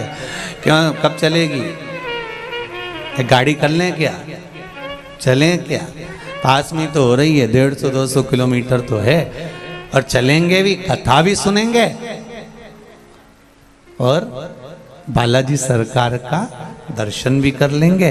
अब तो वो कहते हैं ना कि वो कहते हैं दोनों हाथ कढ़ाई में, तो हाथ तुम सबका मुंडा भी कढ़ाई में हो। तुम शायद नहीं यहाँ पहुँचे हो। सुराना परिवार अगर कथा करा रहा है तो ये जानकर जितने परिवार के लोग आए ना सुराना जी के, बड़े भाग्यशाली हो साहब, बड़े किस्मत वाले। घर जाके नजर उतर वाले ना, कहीं बाबा की कृपा हुई है, बड़े भाग्यशाली। एक तो श्राद्ध पक्ष में शिव महापुराण की कथा, ऊपर से बालाजी सरकार के चरणों में कथा, बड़े भाग्य की बात है, साधारण नहीं है साहब। और जितने लोग कथा सुन रहे हैं टीवी पर या मोबाइल पर, दिल से कहूंगा आज कथा केवल शिव पुराण आपके घर पर नहीं पहुंच रही है, ये निश्चित है। केवल शिव पुराण आपके घर नहीं आ रही है, आज मेरा बालाजी सरकार भी आपके घर में प्रवेश कर रहा है, ये निश्चित है, ये निश्चित। पवन तनय संकट हरन मंगल मूरति रूप, राम लखन सीता सहित हृदय बसौ सुर रूप। ये शिव कृपा है, ये उसकी कृपा बिना नहीं मिला है उससे। देवराज के कानों में थोड़ी सी शिव महापुराण की कथा चली गई और कथा श्रवण कर कर देवराज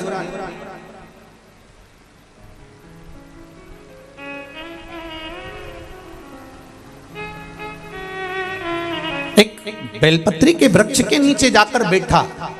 शरीर में ताप बहुत था, शरीर में कष्ट बहुत था।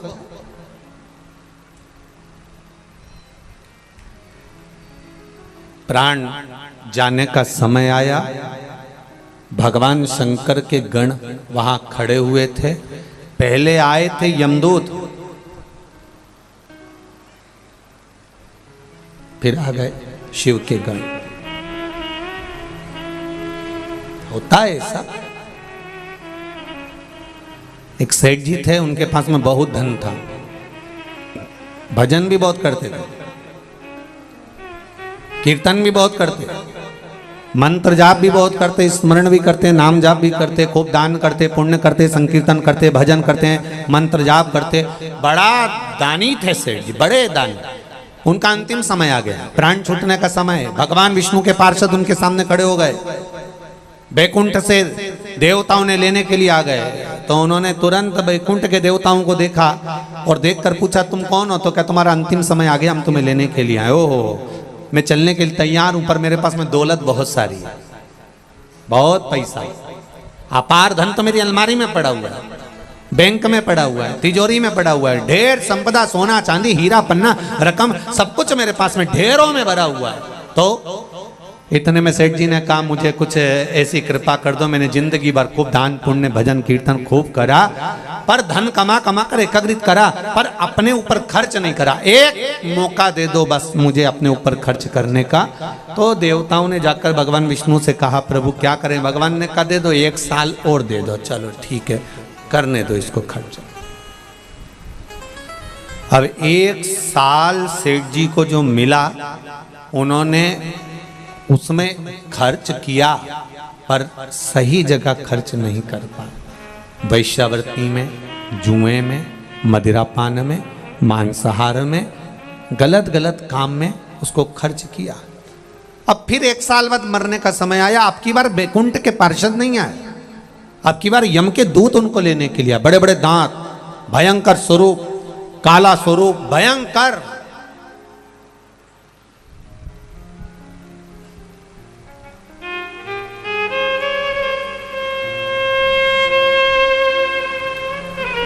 अब स्वरूप काला है, भयंकर स्वरूप है, बड़े भयंकर दिख रहे, बड़े भयंकर। अब देखिए कहां देवता आए थे और कहां ये आ गए। बदलने वाला भी बदल देता है। एक पत्र आया है किसी का, बड़ा सुंदर पत्र है,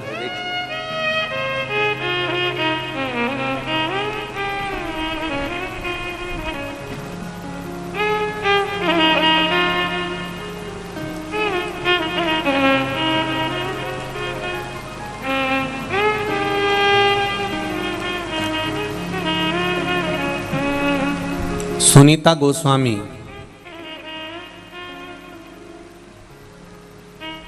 मैं रहने वाली ठीकरी, जिला बड़वानी से हूँ। कहीं बैठी हैं? आप ही हैं? दोनों हाथ हिला तो एक बार। हर हर महादेव, श्री शिवाय, नमस्ते। गुरुजी, मेरी बहू को गुप्त नवरात्रि में लड़की का जन्म हुआ। लड़की का रूप इतना काला कि उसे देख के मैं अस्पताल में रो पड़ी। गुरुदेव, बहू की आंख में भी जल भरा हुआ था कि इतना भयंकर रूप बेटी का था। इतनी रोई बहू भी और मैं भी कि ये बेटी इतनी काली, इतनी काली, इतनी काली कि जिसका रूप देखा नहीं जा। गुरुदेव, उसी समय पर शिव महापुराण की कथा का स्मरण आया और बाबा से विनती करी और उस बेटी के कान में श्री शिवाय नमस्तुभ्यम बोलना शुरू किया। गुरुदेव, इतनी काली थी बेटी कि मैं वर्णन क्या करूं। श्री शिवाय नमस्तुभ्यम मंत्र बोला और उसके ऊपर हाथ रखा। धीरे धीरे धीरे धीरे बाबा की कृपा से वो काली से महागौरी बन गई। ये शिव कृपा के लिए मैं सालासर में यहाँ पर धोख लगाने बाबा को प्रणाम करने आई हूँ। कथा में बाबा से निवेदन करने आई। ये शिव कृपा। बैठो बहन। श्री शिवाय नमस्तुभ्यम। शंभो शरणे मांगू घड़ी घड़ी दुख काटो दया तरी में दर्शन आपो। आप हृदय से, मन से, चित्त से, वृत्ति से, आप दिल से बाबा से कहो तो आप कहो तो सुनेगा। कबऊ चूके ना, कबऊ चूके ना, कबऊ चूके ना तेरा कोई काम रे। भजले गौरापति को चूके ना कोई तेरा काम रे। भजले गौरापति को चूके ना कोई तेरा काम रे। भजले गौरापति को चूके ना कोई तेरा काम रे। भजले गौरापति को। अरे गौरापति को भजले गौरापति को। गौरापति को भजले गौरापति को। ओ गौरापति को भजले गौरापति को। गौरापति को भजले गौरापति। अरे चूके ना, अरे चूके ना, ओ चूके ना कोई तेरा काम रे। भजले गौरापति को। चूके ना कोई तेरा काम रे। वो भजले गौरापति। जय हो।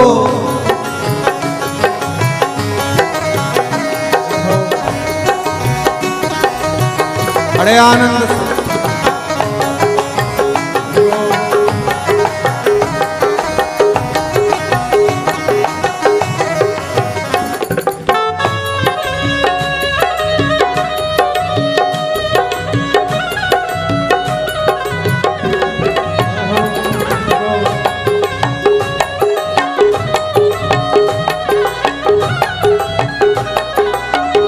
शंभो।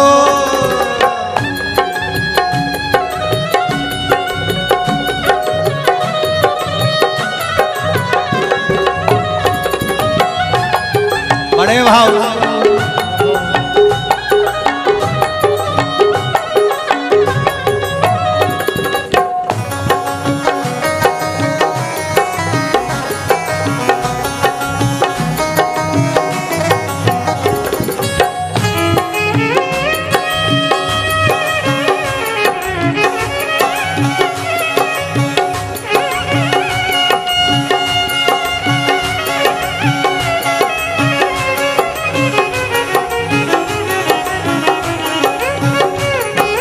हो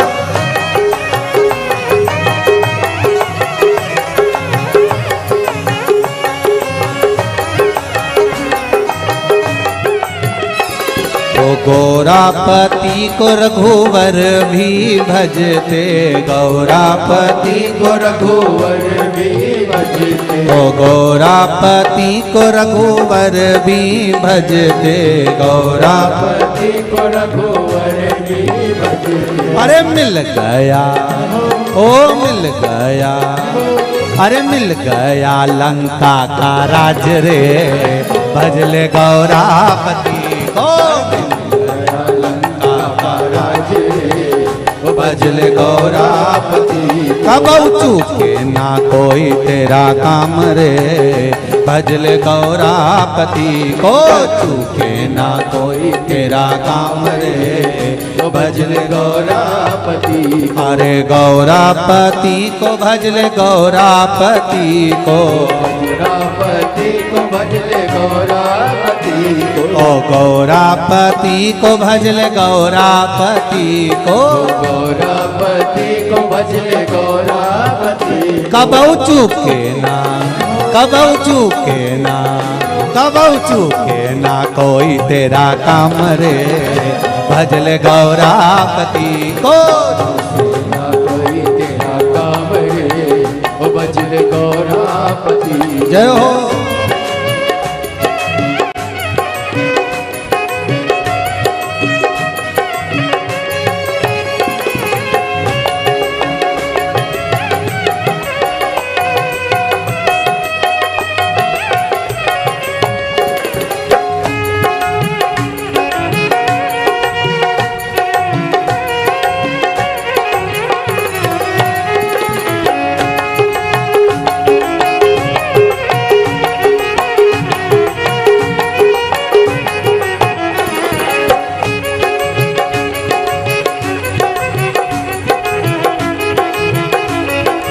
शंभो।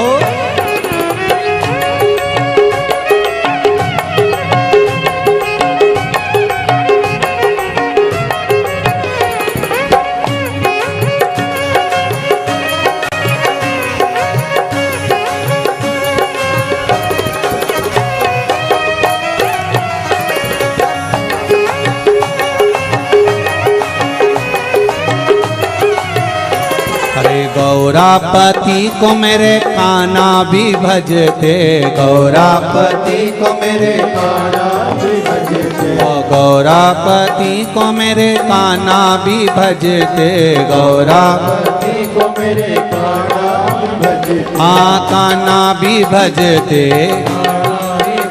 हरे लाला भी भजते, लाला भी भजते, ओ गौरापति को मेरे काना भी भजते, गौरापति को मेरे काना भी भजते। अरे मिल गया, ओ जी मिल गया, हाँ जी मिल गया द्वारिका राज रे, भजले गौरापति को, मिल गया द्वारिका राज रे, भजले गौरापति।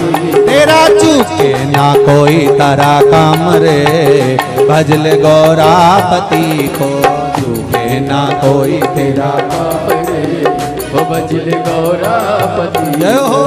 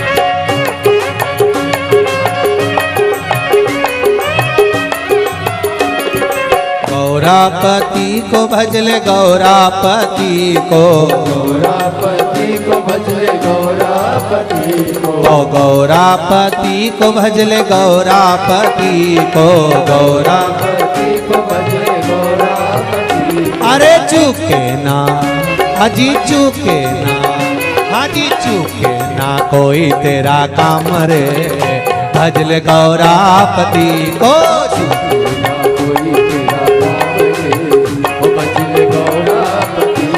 हो चुके ना कोई तेरा काम रे, भजले गौरापति को।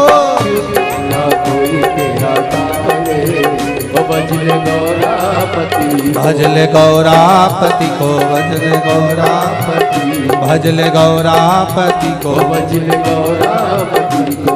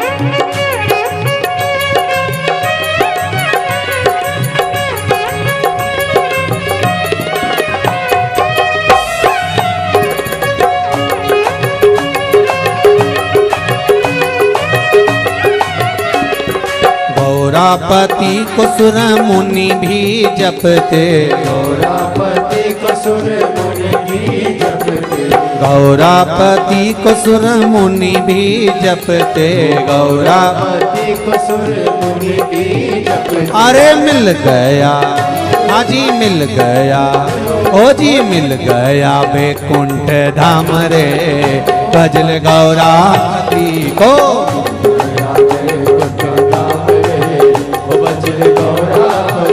भजले गौरापति को, भजले गौरापति को, भजले गौरापति को, भजले गौरापति को, भजले गौरापति को। हार हार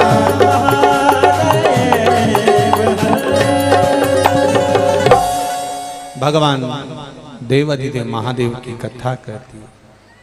कभू चूके ना कोई तेरा काम रे, भजले गौरापति को।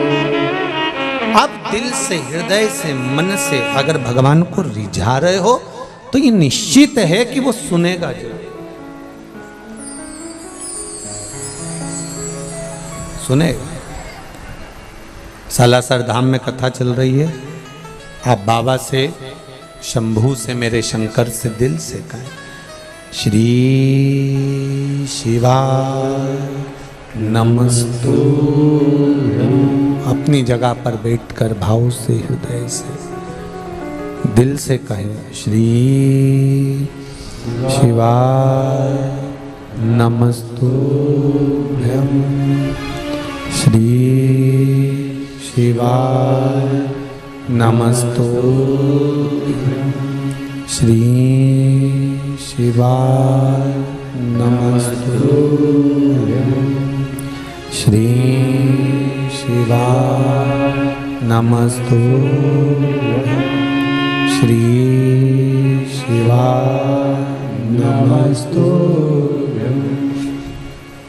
भोला सब दुख काटो हमारा, ओ भोला सब दुख काटो हमारा। शिव शंकर जपो तेरी माला, भोले बाबा जपो तेरी माला, भोला सब दुख काटो हमारा, ओ भोला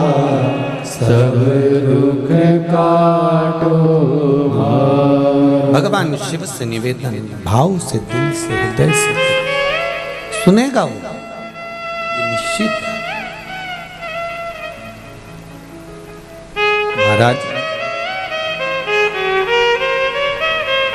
देवराज नामक का ब्राह्मण गलत कर्म करा पर उसकी माता का फल उस बेटे को मिला। मेरी माताओं, दीदियों, भाई, एक निवेदन करना चाहूंगा, आपके एक लोटा जल जो आप शिव जी को चढ़ा रहे हो, इसका फल कहीं ना कहीं तुम्हारे परिवार को प्राप्त जरूर होगा, ये निश्चित है, खाली नहीं जा सकता, वो मिलेगा जरूर, ये निश्चित था।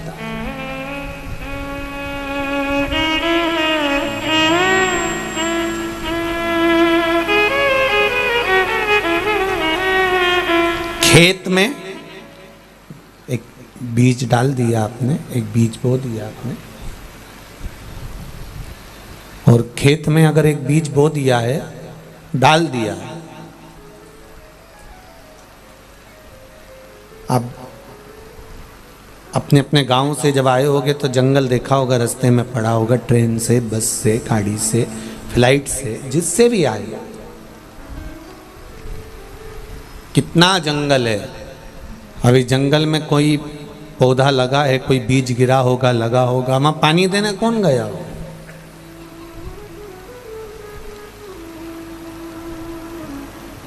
ना तो वहां कोई खाद देने गया, ना वहां कोई पानी देने गया, और ना वहां पर कोई उस पौधे को संभालने के लिए गया, तो भी वो पौधा लगा कि नहीं लगा। उसी तरह एक लोटा जल या एक बेलपत्र या एक बार हम भगवान की भक्ति करते हैं, भजन करते हैं, नाम जाप करते हैं, नाम स्मरण करते हैं, वो उसका पौधा बड़ा जरूर होता है और उसका फल हमारे पूरे परिवार को मिलता जरूर है, ये निश्चित है, वो मिलेगा जरूर।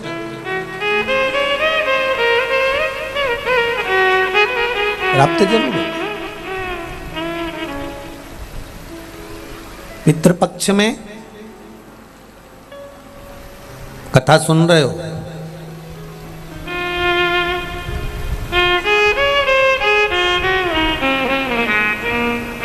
इसका फल आपको तो मिलेगा ही, साथ में आपके पूर्वजों को भी प्राप्त होगा, और वो जरूर प्राप्त होगा, मिलेगा जरूर, वो निश्चित है। देवराज की माता जी ने एक लोटा जल भगवान को समर्पित किया है, और देवराज की माता ने जब एक लोटा जल जो समर्पित करा था, आज बेटे के जब प्राण छूटे, शंकर भगवान के मंदिर में चोरी का सामान लेकर गया था, एक क्षण की कथा का स्मरण हुआ, बेलपत्री के वृक्ष के नीचे प्राण छूट रहे हैं। शास्त्र कहता है आज भी मुर्दे को लेकर जाते हैं, राम नाम सत्य कहते कहते, तो बीच रास्ते में शमशान में ले जाने से पहले एक जगह ऐसी होती है जहां पर मुर्दे को उतारा जाता है, जहां पर मुर्दे का उतारा करा जाता है, मुर्दे को उतारा जाता है, अर्थी को रखा जाता है। कई लोग पूछते हैं यहाँ अर्थी को रखने से क्या लाभ मिलता है, यहाँ मुर्दे को क्यों रखा जाता है। अब उनको ज्ञात तो इस चीज का है नहीं, स्मरण कहाँ, हमारे पूर्वज ऐसा कहते थे यहाँ रखना चाहिए, थोड़ी देर विश्राम देना चाहिए, थोड़ी देर रखना चाहिए, पर रीति क्या, उसका नियम क्या, उसका नियम क्या है?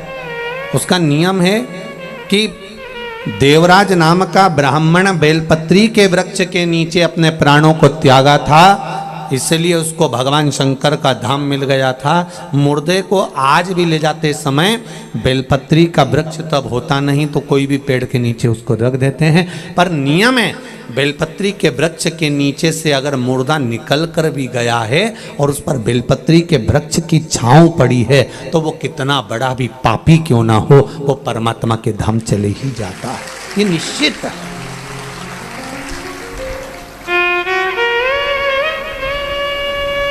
निश्चितता।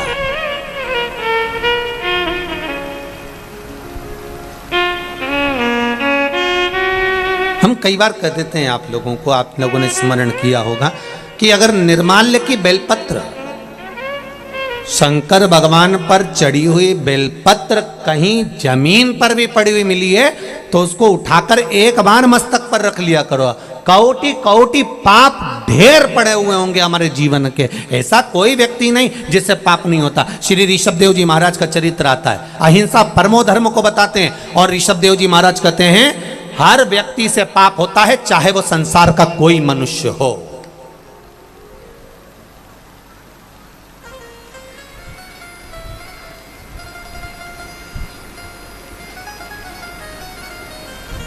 ऋषभदेव जी महाराज कहते हैं ऐसा संसार का कोई मानव नहीं जन्मा जिससे पाप नहीं हुआ।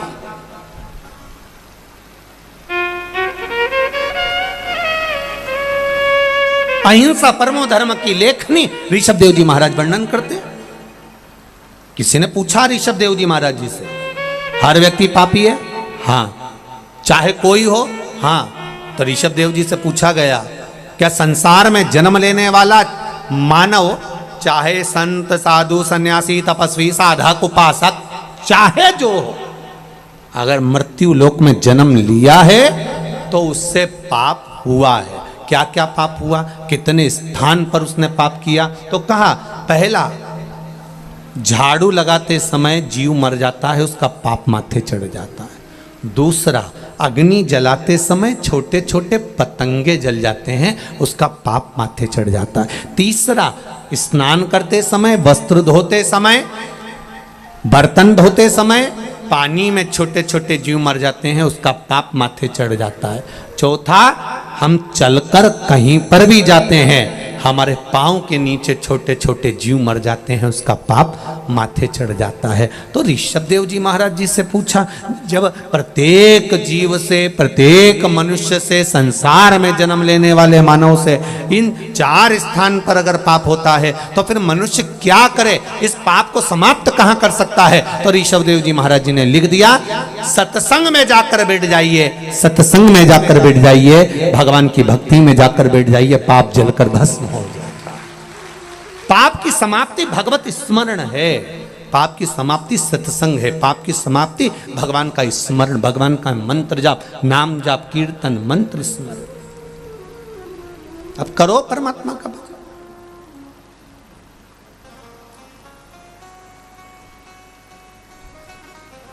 आप भगवान का भजन में नित्य लगिए, पाप छिन्न। जब अदालत में पेशी कर कर कर थक जाते हो तब वकील कहता है राजीनामा, अरे बोलो जम के बोलो, राजीनामा कर लो। तो अक्कड़ मैं काय को करूं, तो क्या और चलने दो, और पेशियां चली। थक गए तब वकील ने फिर कहा राजीनामा कर लो। मैं काय को करूं, मैंने इतने बड़े बड़े वकील कर रखे। फिर पैसी पे पैसी चली, एक अदालत से काम छूटा दूसरी अदालत में पहुंच गए, फिर पैसी। फिर वकील ने कहा जम के बोलो राजीनामा कर लो। वकील कोई मूर्ख नहीं होते, वकील भी अक्ल वाले होते हैं। और एक बात वकील हमेशा कहता है कि ज़िंदगी में अगर वकीलों से सीखना है तो वो आपको समझाकर एक बार जरूर कहेगा कि एक बार अच्छे से विचार कर लो, राजीनामा कर लो। ये हर वकील कहता है। हाँ, जिसको ज़्यादा खाना हो तो भले नहीं कहेगा क्या करना राजीनामा करके, अभी तो चलने दो केस, चलने दो केस, चलने दो केस, चलने। पर जो चतुर वकील होगा, विद्वान होगा, ज्ञानवान होगा, जो चाहेगा आपका हित, तो वो कह देगा कुछ नहीं, राजीनामा करो और अपनी जिंदगी खुश होकर जियो। जब तक केस चलेगा तब तक तू डिप्रेशन में रहेगा।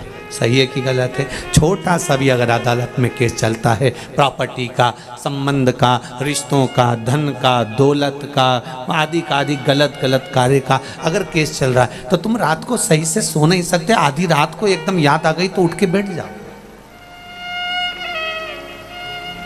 सेल टैक्स, इनकम टैक्स आदि के जीएसटी वीएसटी, जरा सा याद आ गया, वो फाइल तो रह गई तुरंत। अब पत्नी भी कह रही है क्यों उठ के बैठे हो, सो क्यों नहीं जाते?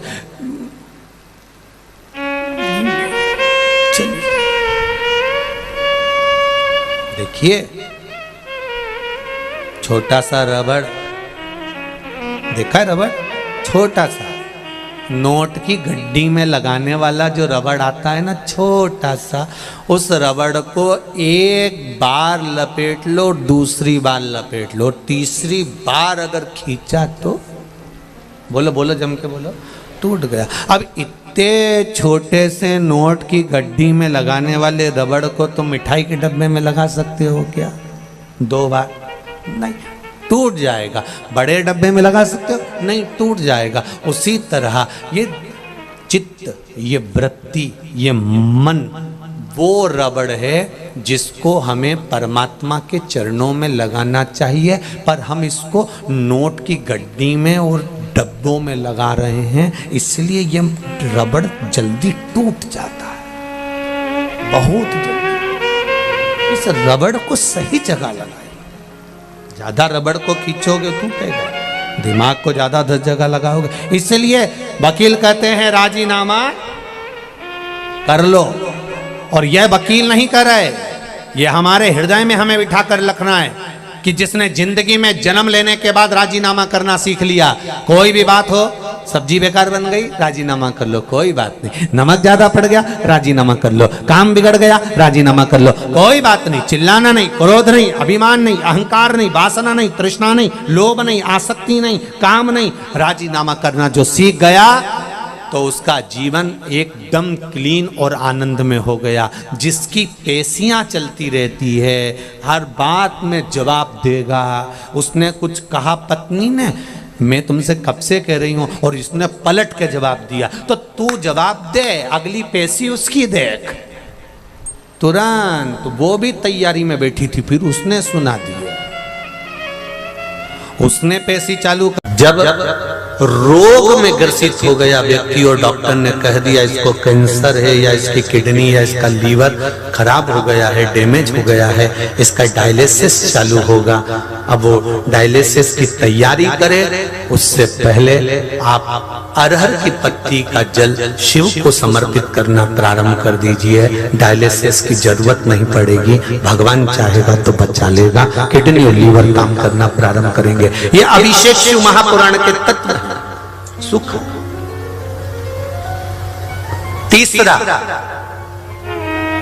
जिस देवालय में दर्शन करने जा रहे हो, महाकाल गए हो, परली बैद्यनाथ आए हो, काशी जी गए हो, या आप जहां पर भी भीमा शंकर, कृष्णेश्वर आदि जितने तीर्थादिक मंदिरों में शिवालय हैं, उन शिवालय में अगर दर्शन करने गए हो तो वहीं उसी शिवालय के पास में जो मंदिर हो, उस शिवालय के पास में जो हापसी, जो हैंडपंप, जो बावड़ी, जो कुआं, जो तालाब हो, वहां का जल लेकर भगवान शंकर को समर्पित कर देने से विद्वत्ता प्रबल हो जाती है। संबंध नहीं हो रहे हों, संबंध नहीं जम रहे हों, तो जहां शंकर का मंदिर हो, उसके पास में कोई हापसी, कोई हैंडपंप, कोई कुआं, कोई बावड़ी, कोई तालाब हो, तो एक लोटा जल लेकर आधा शिव को चढ़ाकर, आधा जल बेलपत्री के वृक्ष के नीचे से चढ़ा देने पर, जिस संबंध के लिए चढ़ा रहे हो कि यहां संबंध होना चाहिए, वो संबंध जुड़ता है, वो संबंध होता है। एक पत्र था, अब यहां है कि वो कमरे में है, ध्यान आ रहा है,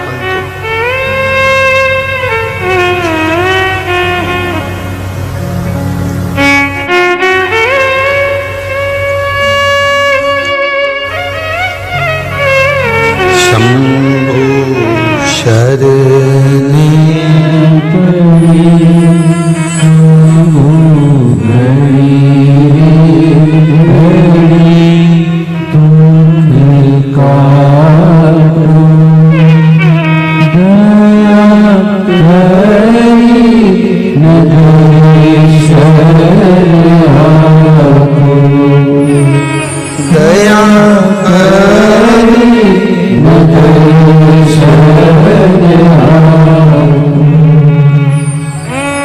पत्र यहाँ तो नहीं दिख रहा है, पत्र आया है।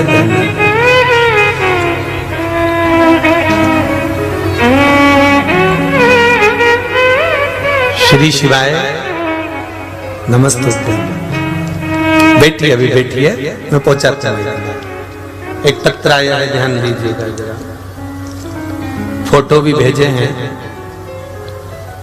नागपुर से श्वेता लोहिया, कहीं बैठे हो तो हाथ हिलाइएगा। नागपुर से श्वेता लोहिया, दोनों हाथ हिलाएं एक बार। आप ही हैं बेटा? श्री शिवाय नमस्तुभ्यम। हमारी माता जी को शुगर थी, बीपी था, पांव में एक बीमारी हो गई थी, उसके कारणवश पांव में घाव पड़ गए थे। उसके फोटो भी डॉक्टरों के द्वारा जो लिए गए हैं वो फोटो भेजे हैं। आप लोग आस्था चैनल पर और जितनी भी एलसीडी लगी हुई है उस पर आप उस फोटो उनको देख रहे होंगे कि पांव में खड्डे पड़ गए थे, इतने इतने इंच के खड्डे पांव के अंदर पड़ गए थे।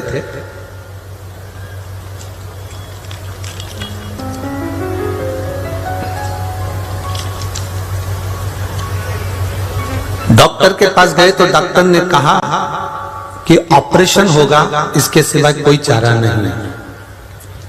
हमारे परिचित ने कहा कि आप एक काम करो, इनके ऑपरेशन कराने से अच्छा है, क्योंकि डॉक्टर बोल रहा था कि ऑपरेशन ऐसा हो सकता है कि पांव भी जा सकता है, क्योंकि घाव बहुत गहरे हो गए थे और शुगर भी थी, बीपी भी था। तो किसी रिश्तेदार ने बताया कि आप एक काम करो कि शिवजी पे जल चढ़ाओ और उस जल को उनको पिलाना प्रारंभ करिए, पशुपति नाथ के व्रत करिए। पशुपति नाथ आप व्रत तो करो, इसका रिजल्ट देखने को मिलेगा। तब हमने 5 सोमवार के व्रत किए और 5वें सोमवार को डॉक्टर के पास में हम अपॉइंटमेंट लिए, उनको दिखाने के लिए जा ही रहे थे। और बाबा की ऐसी कृपा हुई गुरुजी कि 5 सोमवार के अंदर उनके घाव भी भरा गए और वो चलना भी प्रारंभ कर दी। उनके घाव भरने का भी फोटो हम भेज रहे हैं। ये जो घाव भरे हैं उसके फोटो भी साइड में लगाए गए, जो घाव भर गए उसके भी फोटो लगाए। केवल 1 लोटा जल, व्रत भगवान शिव का स्मरण, भगवान शंकर का अनुमोदन, भगवान शिव का स्मरण।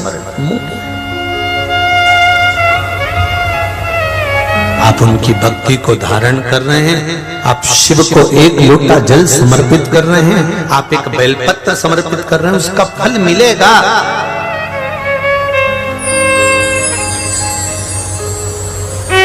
प्राप्त जरूर होगा, वो खाली नहीं जा सकता।